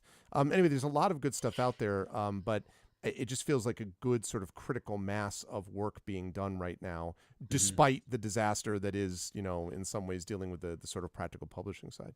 Valerie, you have someone that you want to shout out on the as people that you've been like, this person's great and you should be reading more of their stuff, besides yourself, of course. I feel like every time this happens, my brain just empties, right? Like I just no, I got nothing. I've never read a book actually. What is reading? I don't know. I've got nothing. The one that I shouted out most recently was Sangu Mandana, who is writing I would say it borders the line of cozy fantasy romance, but it I feel like what's interesting in romance, people perceive it as being very kind of emotionally stunted or not deep, right? People have this thought of romance is so shallow and it's just two people and they fall in love and maybe there's sex on the page and maybe there's not. It depends on what spice level it is, but there is just so much really thoughtful, emotionally evocative work going on in fantasy romance, and I think that that can get lost in kind of the romantasy. Again, you've got this perception of romantasy is all one way and then fantasy romance is a different thing. And I think in a way that's true, right? Romantasy at this point, I think, has evolved to have kind of a very specific aesthetic. And I think in some ways, the craft level is higher than some people give it credit for. But also, there is just so much really great work being done across the board. I do think that now we are in a place where I don't want to denigrate the writers of the past because I do think there is still so much high quality work that was done back in the day. But I think that the change, that sort of the sea change that has occurred in publishing via distribution networks, via less ability to connect directly with consumers, just thinking about the idea that once upon a time you used to have spinner racks in grocery stores and that just doesn't exist anymore, right? The number of bookstores, in a mall that you used to have a Walden Books in every mall, right? That's not a thing anymore. Even the locations of Barnes and Noble, which is now our most ubiquitous bookseller, Borders is gone. We've got Barnes and Noble, and that's kind of it. Otherwise, it's Books a independent Million. bookstores. Yeah, Books a Million But is yeah, another no, one. not a lot though. I know, I agree with you. Yep. Yeah, and Mostly independents. so right, Independent it's bookstores, mostly let's go. independents. Independent Yeah, books. which high five, let's go. We have better access to them online thanks to different websites that provide that. But just it's a very different world than we used to have back in the day, in which you would have, a $2 paperback you could buy at the grocery store and people would just buy tons of them. And at that point, it was a question of how much quantity can we produce? How many writers can we put out there? How many books can we publish? And now it feels like it's arguably harder to get published today. And so you do sort of have to stand out more, I think. And I do think that that has led to sort of a platinum age of writing quality, honestly. That's See, just like my opinion, man. the platinum age. I love it. Yeah. No, I can dig that. Right in the platinum age. All right. Well, let's. We got about 15 minutes, so let's open this up for some questions. And in both Twitch and YouTube, the way that would be great if we could do this, just to keep things easy. If any questions that you want for all four of us, or one of us, or two of us, or just the Canadians, or just the Americans, if you want to do all caps question. Colon, and then whatever your question is, that will keep it separate from everything else, and then I can kind of scroll up easily. So just like, question, why is Canada better than America, right? Like that, like that's That's the Poutine. Yeah, Delicious poutine. that's Yeah. what. Yeah, and maple A couple syrup. of years ago for CanCon, Grants. it was at the same time as the Poutine Oh, the Festival. Poutine Fest. That's right. Yeah, the Poutine Fest, and I ate so much poutine that week, I thought I would explode. There's a poutine. It did not fest? happen. There's a poutine. Yeah, fest? in downtown Ottawa. Yeah, It was amazing. I had like 7 different types. Jesus Yeah. Christ. they got poutine good stuff. fest. Yeah, Yeah, they have Ottawa really good coming stuff. in hot, God, guys. man, Listen, you know. Yeah. let's Ottawa's great. go. Edmonton Ottawa's- doesn't have that. I don't know. Ottawa's a One fabulous thing city. Canada does have is PLR, which I don't think the States Oh has. yes, that's true. PLR. Do you guys have public lending right? No. No. Okay. Public lending Yeah, rights, so I think Australia and the UK also have it. For people who don't know how that works, people think it's you get a certain amount of money per borrow. That's actually not how it works. They do a survey of 8 libraries out of all the libraries in Canada every year. They pick them at random, 8 random libraries, and they check to see if your book is in it. And if it's a yes, you get X amount. I think this year it was like $68 or something like that. So then however many books you've got times however many times they appear in the library times number of libraries up to a certain maximum, you get that amount. Wow. So this year I literally got my check and I burst into tears because I was like, that's my bills paid for like a month. Yeah. Like with 13 books on the go, I should freaking hope so. Yeah. But like a lot of my the books that I had published in 2020, 2021, 2022, those are not in libraries anymore. They've been removed from circulation.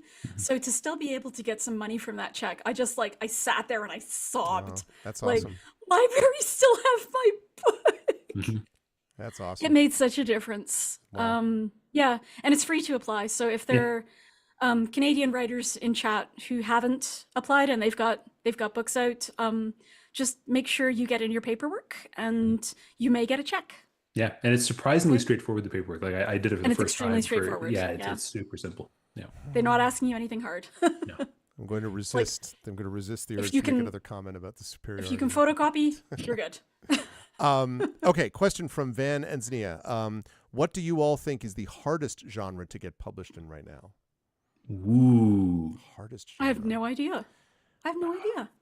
If you're judging based on like what we were talking about before in terms of sales numbers and sort of bookshelf space, anecdotally, science fiction, especially hard SF, is getting harder to do. It doesn't mean you can't do it, but they're just not, the books are not out there to the same degree. I still don't know how much of that is, like, I don't know whether that just happens to be something of the moment or not. You know, if you look at something, this is not hard SF, but like, you know, Murderbot has been kicking all kinds of ass right now. Part of that is because it's some of the best work done in genre in 30 years. Like, it's, you know, Martha's a really, really good writer, but and the Apple TV show didn't hurt, but she got the Apple TV show because of the books that she produced, right? So but it does feel like hard SF, at least anecdotally, is difficult or more difficult to get noticed. I have a friend who actually just finally decided to do the indie publishing route and had an agent and the whole bit and just couldn't.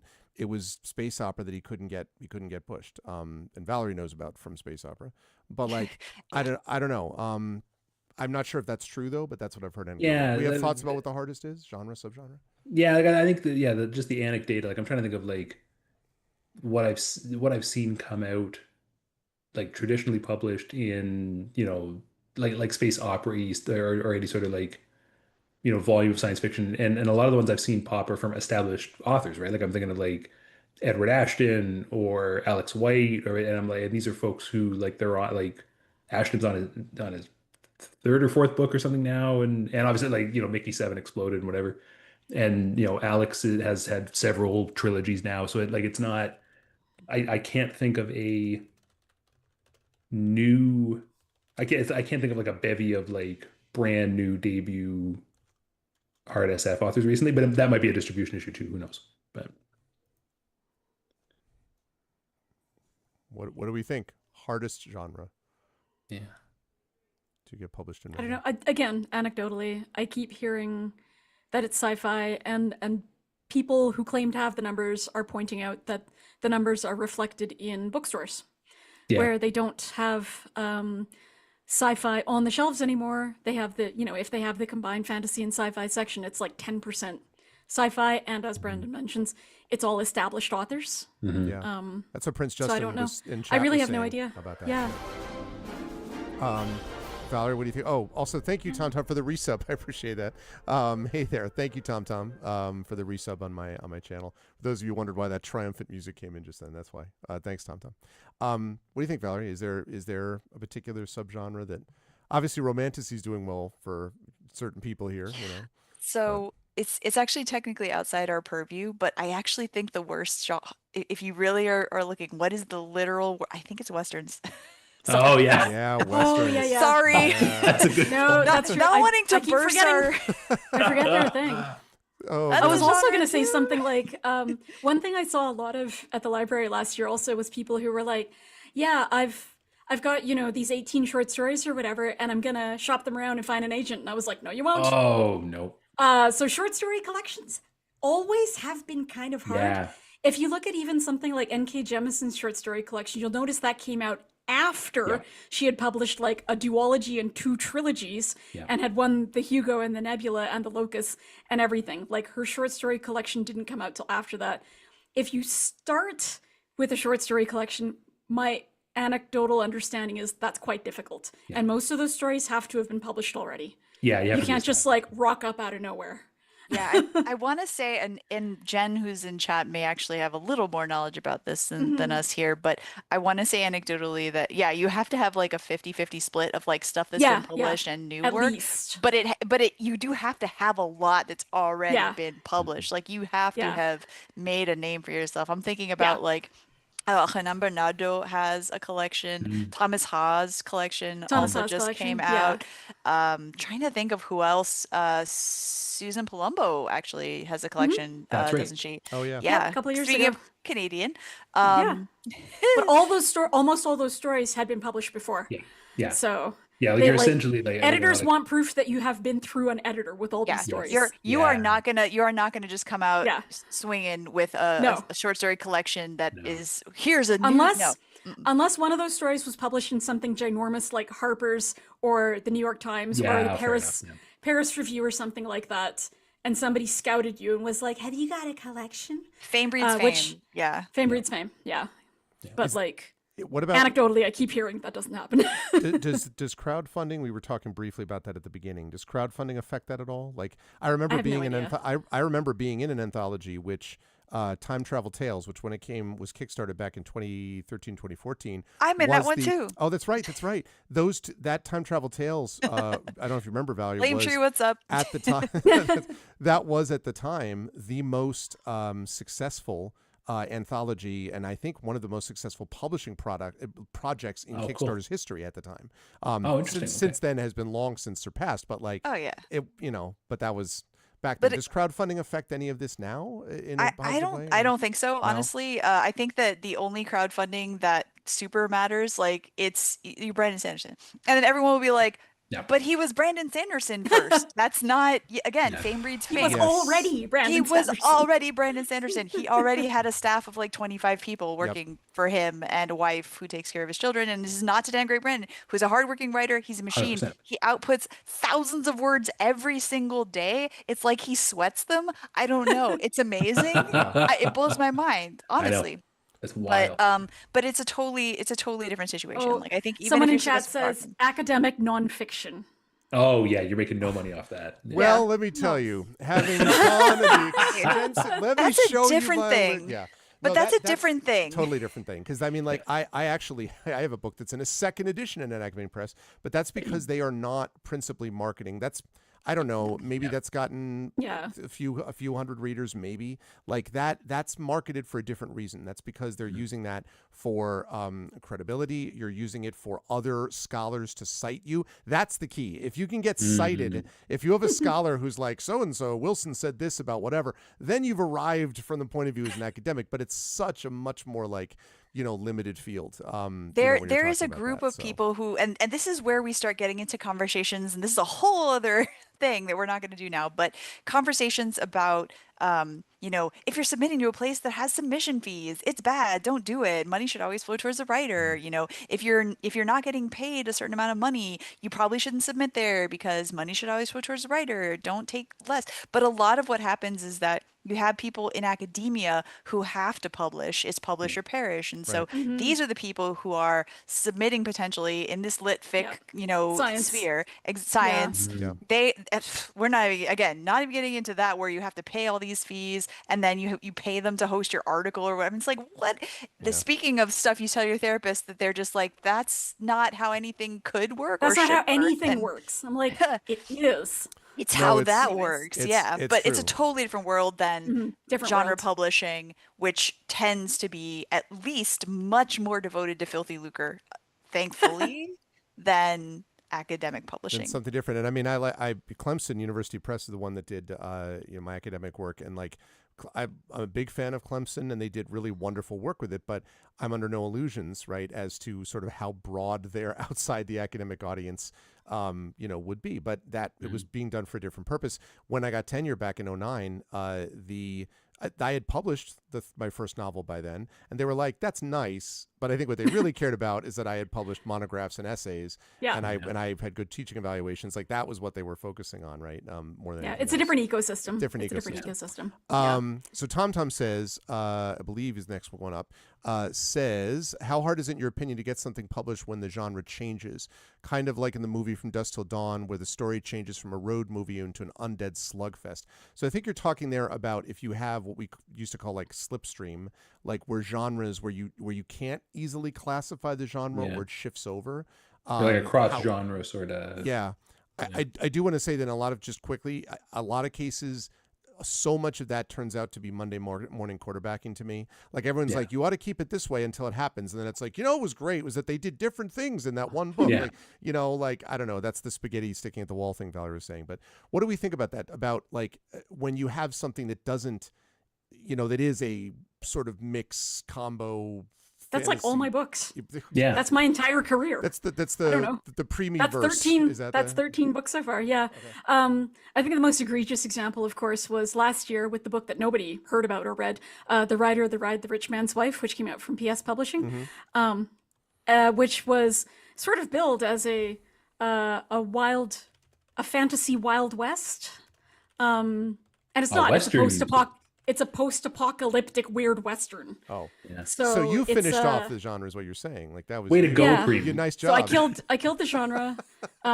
Tim Power started it, and you took it down. I trampled it into just the ground like a horse. Screw you, We've Tim killed diamonds. We've killed Applebee's. Because I actually don't know enough about horses to use them a lot here. So in this book, you'll notice that people are walking around a lot. Anyways, I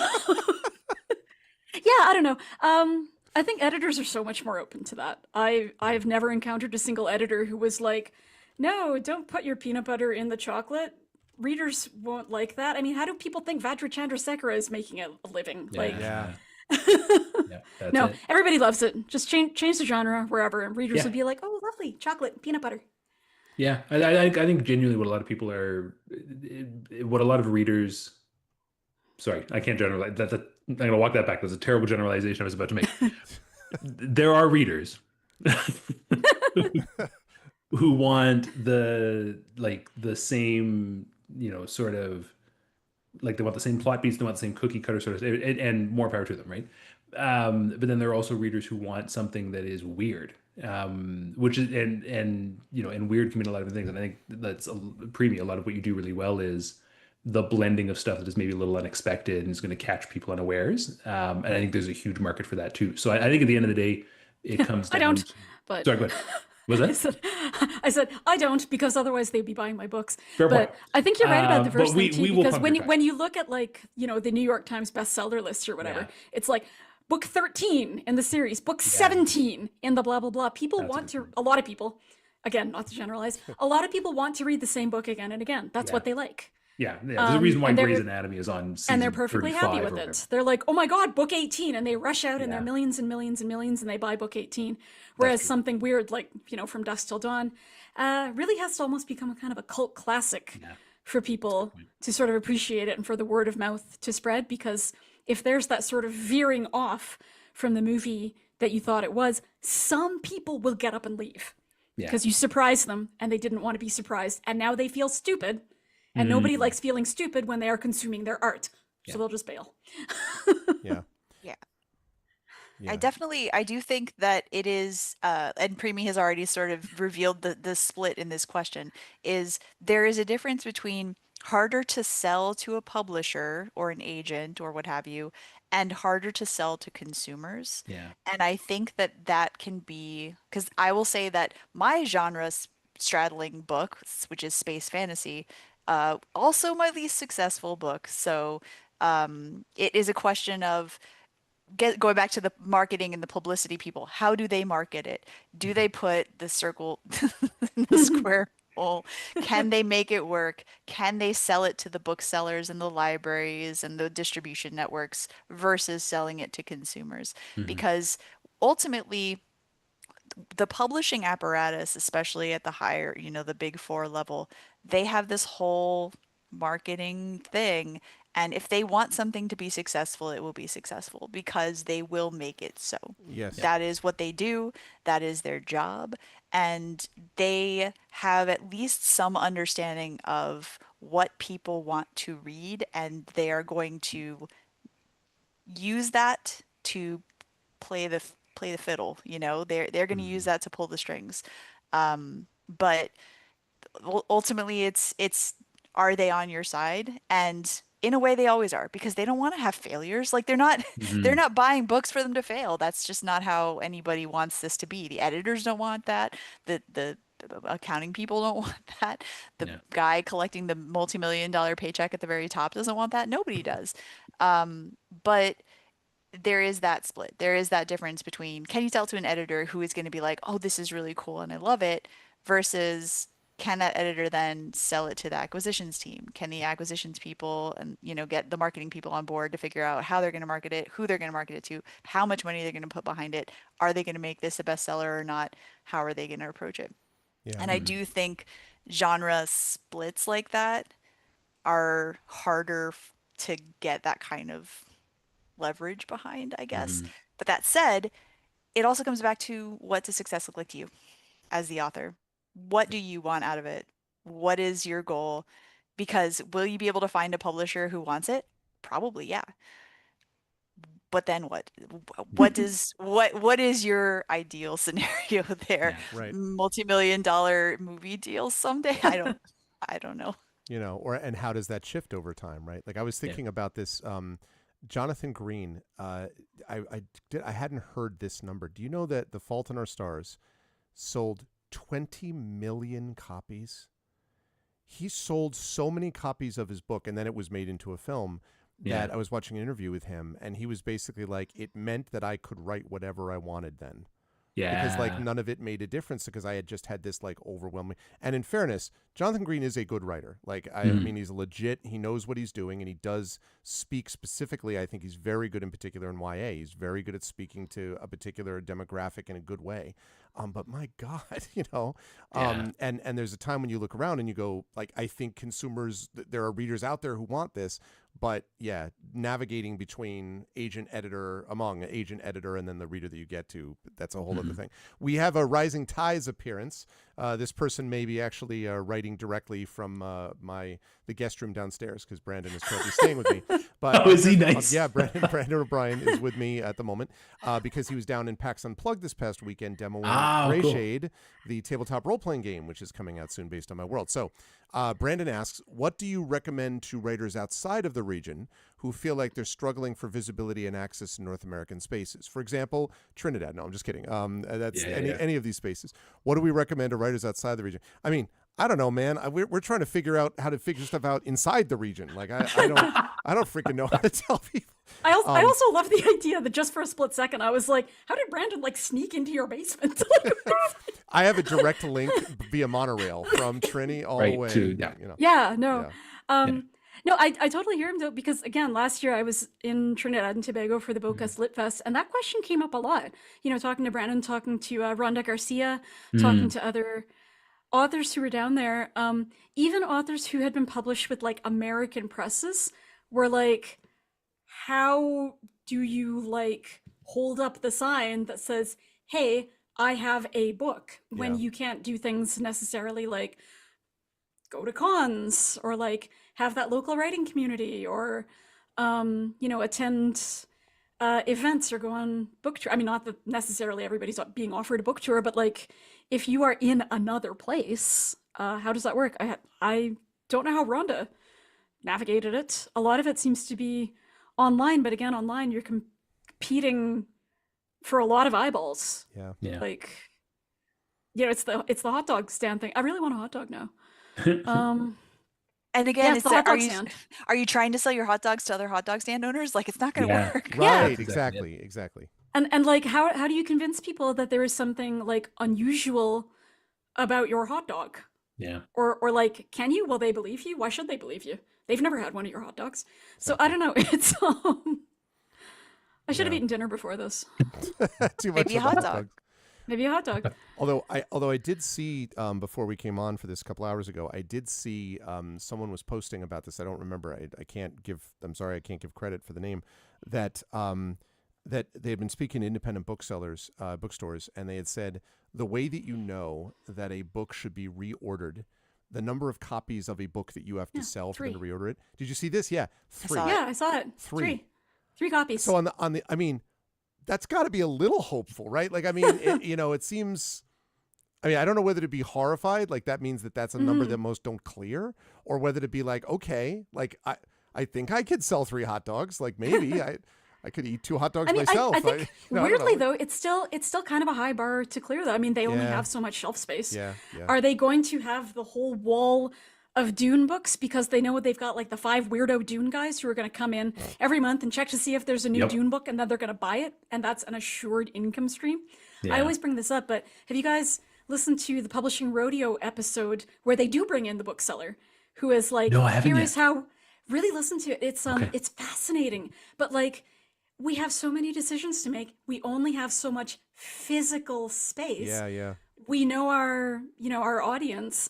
What are we going to put on the shelf, and how can somebody who just flump gives us the catalog and is like, hey, we want you to carry these 15 books from this publisher, like how are they can't carry all 15. How do they pick the one that they might carry from that publisher? And how is that decision going to be different from like another chain or another bookstore? And it's really all very individual. I do know one slightly weird thing that I saw in France, because a lot of things struck me as weird there because they're French. A lot of the publishers have their own bookstores. So my publisher, Éditions La Talente, they had 2. They have one in Nantes and they have one in Paris. And all they carry are the books they publish. And they're a sci-fi fantasy horror publisher, so that's all they've got in there. And I thought that was so cool. Like, the reason we tend to talk about bookstores that are devoted to sci-fi and fantasy, you know, like Mysterious Galaxy or Baka Phoenix, Baka Phoenix, yeah. is because they're not that common. Yeah. Right? So, you know, maybe one way of getting around that is to really kind of try to contact individual bookstores, but especially those ones that are focusing on your genre. Apparently Calgary is getting a new romance bookstore very, very soon. Cool. Only romance. Everybody is very, very excited because this is Calgary, where they are cold and icy and they only care about hydrocarbons. Or another example. Am I wrong? Am I wrong, Brandon? No, not no, wrong. 100% correct. That is Yeah. when somebody asks me to describe Calgary, those are exactly the words that I use. Or if you can get to like if you do any game game crossover stuff, so Yeah. where, because you have in a lot of game stores their own, you know, Black Library, right, which has all of the like Warhammer stuff, or you know, which is or Catalyst Game Labs, Jen is in chat, Catalyst Game Labs, that's doing a lot of their own Shadowrun and BattleTech fiction, and you know, and therefore get carried. Sometimes I've seen them. The game store that's not too far from me, Elm City Games in New Haven, has its own like separate area that is just for books or crossover books or books that are, like they're not really source books. They really are more fictional than source book, So there's also That's some cool. of that. And then you can get a little bit more of that. Back in the day, in the 80s and 90s, Games Workshop as a game store was selling principally Games Workshop stuff. Like they weren't even a general game store. They were producing their own stuff. Now they're just all Warhammer all the time. But back in the day, that was a different thing. So bookstores doing that would be nice if you had that as well.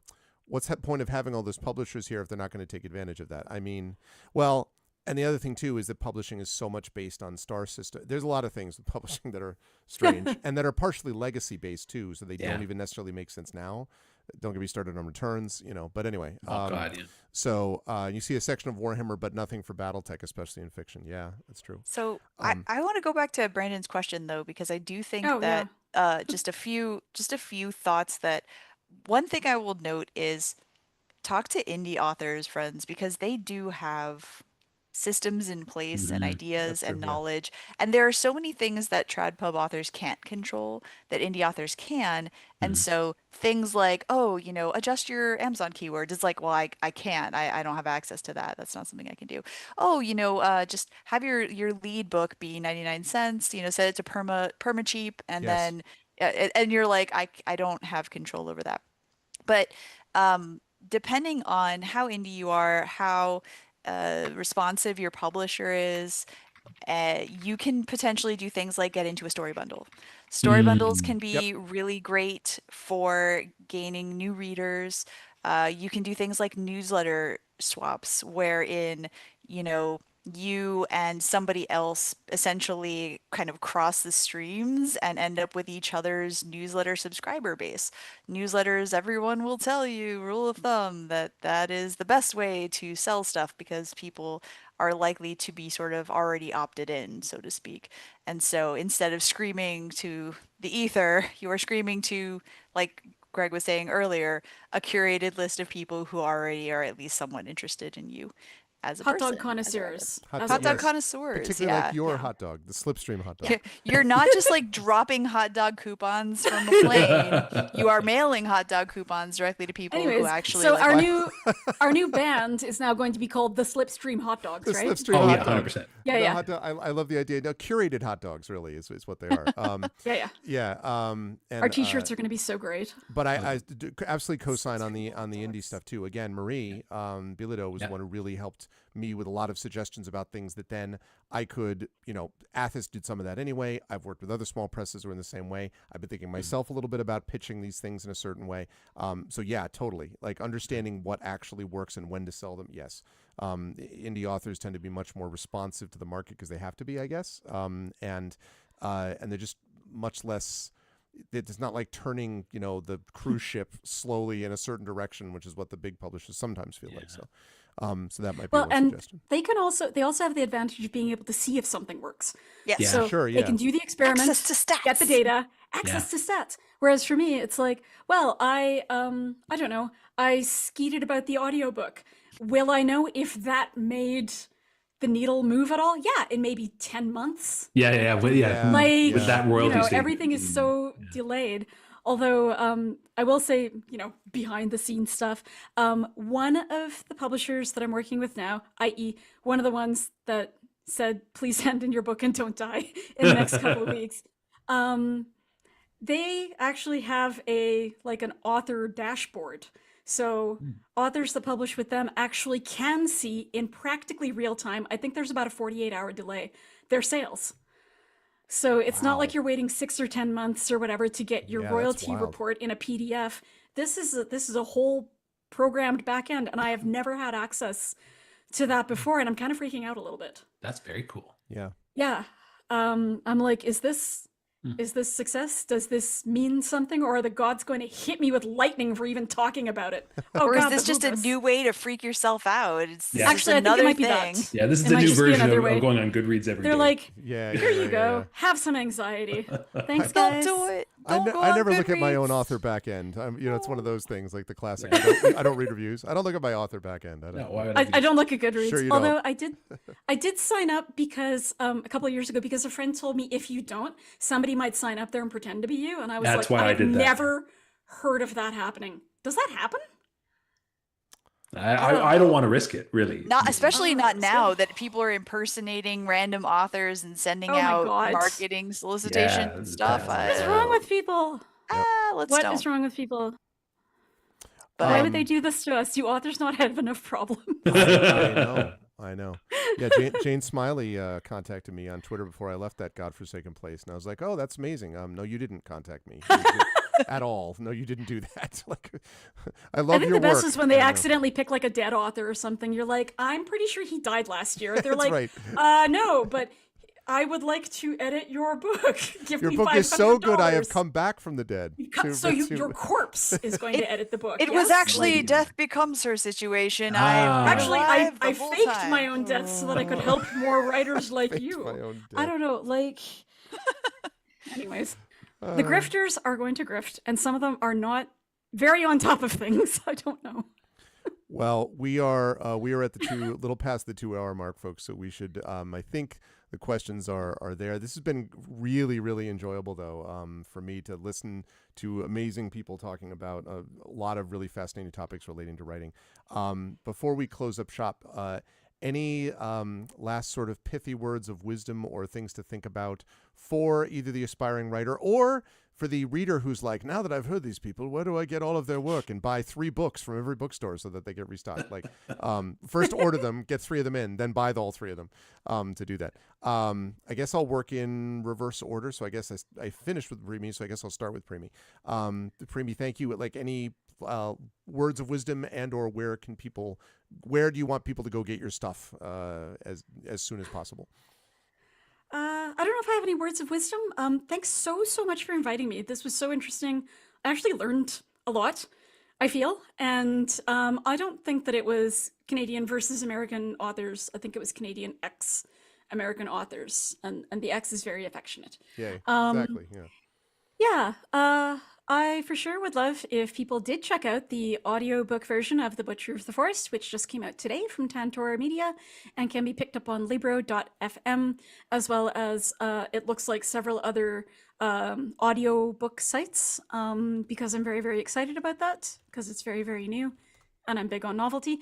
And my website is in the process of being refoobled, but it's just PremeeMohamed.com. And I'm on Blue Sky under the same handle. And that is where I hang out a lot. And thanks everybody in chat for showing up. And I have just put a link to said audiobook in Twitch, and I'm doing the same thing in YouTube. Thank you. So go check those out. Thank you, Premee. It's really, as always, a pleasure.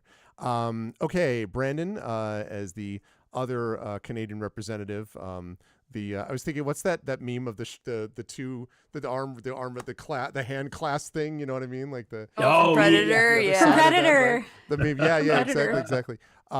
So any last words of wisdom, and where do you want people to go? What thing do you want them to check out of yours? What thing? I mean, I don't know how pithy it is, but I think kind of it goes with the whole theme of the fact that this was like, Canadian X American, not Canadian versus American. I think probably more than ever in my lifetime. Make sure you're checking in with your people, especially if they are across the border from you. Like, times are tough, and I think if we can do a little bit more to, just give people a shout and just be like, hey, how's it going? I think that's good for everybody. And so it was lovely to sit and just shoot. I always like, this energizes me sitting around and shooting the shit with my peers. So this is an absolute blast. As I mentioned, the most recent thing is Cast Off, which finishes up my aspects of Ailda duology. It is available in whatever your mass. Just put a direct link to purchasing. the publisher in both places. Just for, Beautiful. Easy. That's great. And then for me, generally, I'm at brandoncrilly.com. I've got a couple of social media platforms just for announcements, but I'm not really on there. And if you like games, I've got game stuff out there too on Drive-Thru-RPG, and I'm going to get my itch going hopefully in the new year. So you can check that stuff out too. And thanks for coming. This was great. Yeah, thanks, Brandon. This is cool. Valerie, my American compatriot in this case, although as we said, it was really just everyone hanging out together. I agree. In that style. So yeah, any last bits of wisdom, and again, anything that you want people to, where do you want people to go get, I don't know, like get Which You Would or pre-order or prepare for things, or what thing do you want to tell them about next? Yeah, so I think the sage advice that I've been dispensing lately is um, write for your lovers, not your haters. Mm. Mm. Because ultimately, whether you're successful or not, the thing that you can most control is what you write, how much you write, and how much you have you derive any kind of pleasure, catharsis, satisfaction, whatever from the process rather than the product. And I think that that is sort of where we have to be now, because given how commercial success is something that is well beyond your control in any form or fashion, aside from doing the work and persevering. Um, I forget who said it, might have been Scott Lynch, but like, don't write from a defensive crouch. Just Mm. write for your lovers, not your haters. Whether people love it or not in the end, you should love it first, I think. Um, and don't worry about so much about what they're gonna think, because they'll come people some people will love it, some people will not love it. Worry less about the ones who won't. They're not who you're writing for. Um, I you can find me at valerievaldes.com, and I've got this new book under my pen name Leah Amador. If you like fantasy rom-coms, um, reality TV, and magic, that's a good one. But I'll also shout out Where Peace is Lost, which is definitely my worst selling book, but my best reviewed and best rated one. So if you like Star Wars and uh, I don't know, fun road trip stuff, that's the book for you. Good stuff. Thank you, Valerie. And for those of you who are watching in chat, really enjoyed this conversation a lot. So thank you for being here for all of that. If you are interested in me and you have never come to, you're like, oh, who's this Greg guy who does this? I hope to do more of these conversations over the next few months and years based on discussions that we just had about like it's important to do more of this, and I agree. So hopefully we'll have a chance to do more of that. My YouTube channel that you can access through here if you're watching on Twitch, !ArvTube. If you're watching on YouTube, you don't need to access the channel because you're already on it. But that I have a series of things called Greg Talks Writing, where I talk about different writing stuff. And as I say, the latest thing is the Grey Assassin trilogy, Grey Shade, Renegade, and Heretic, and the Grey Shade tabletop role-playing game from a certain Brandon O'Brien designer and from Alligator Alley Entertainment. You can pre-order that now. That should be out soon. And be on the lookout for Renegade, the second book in the series, the audiobook of that.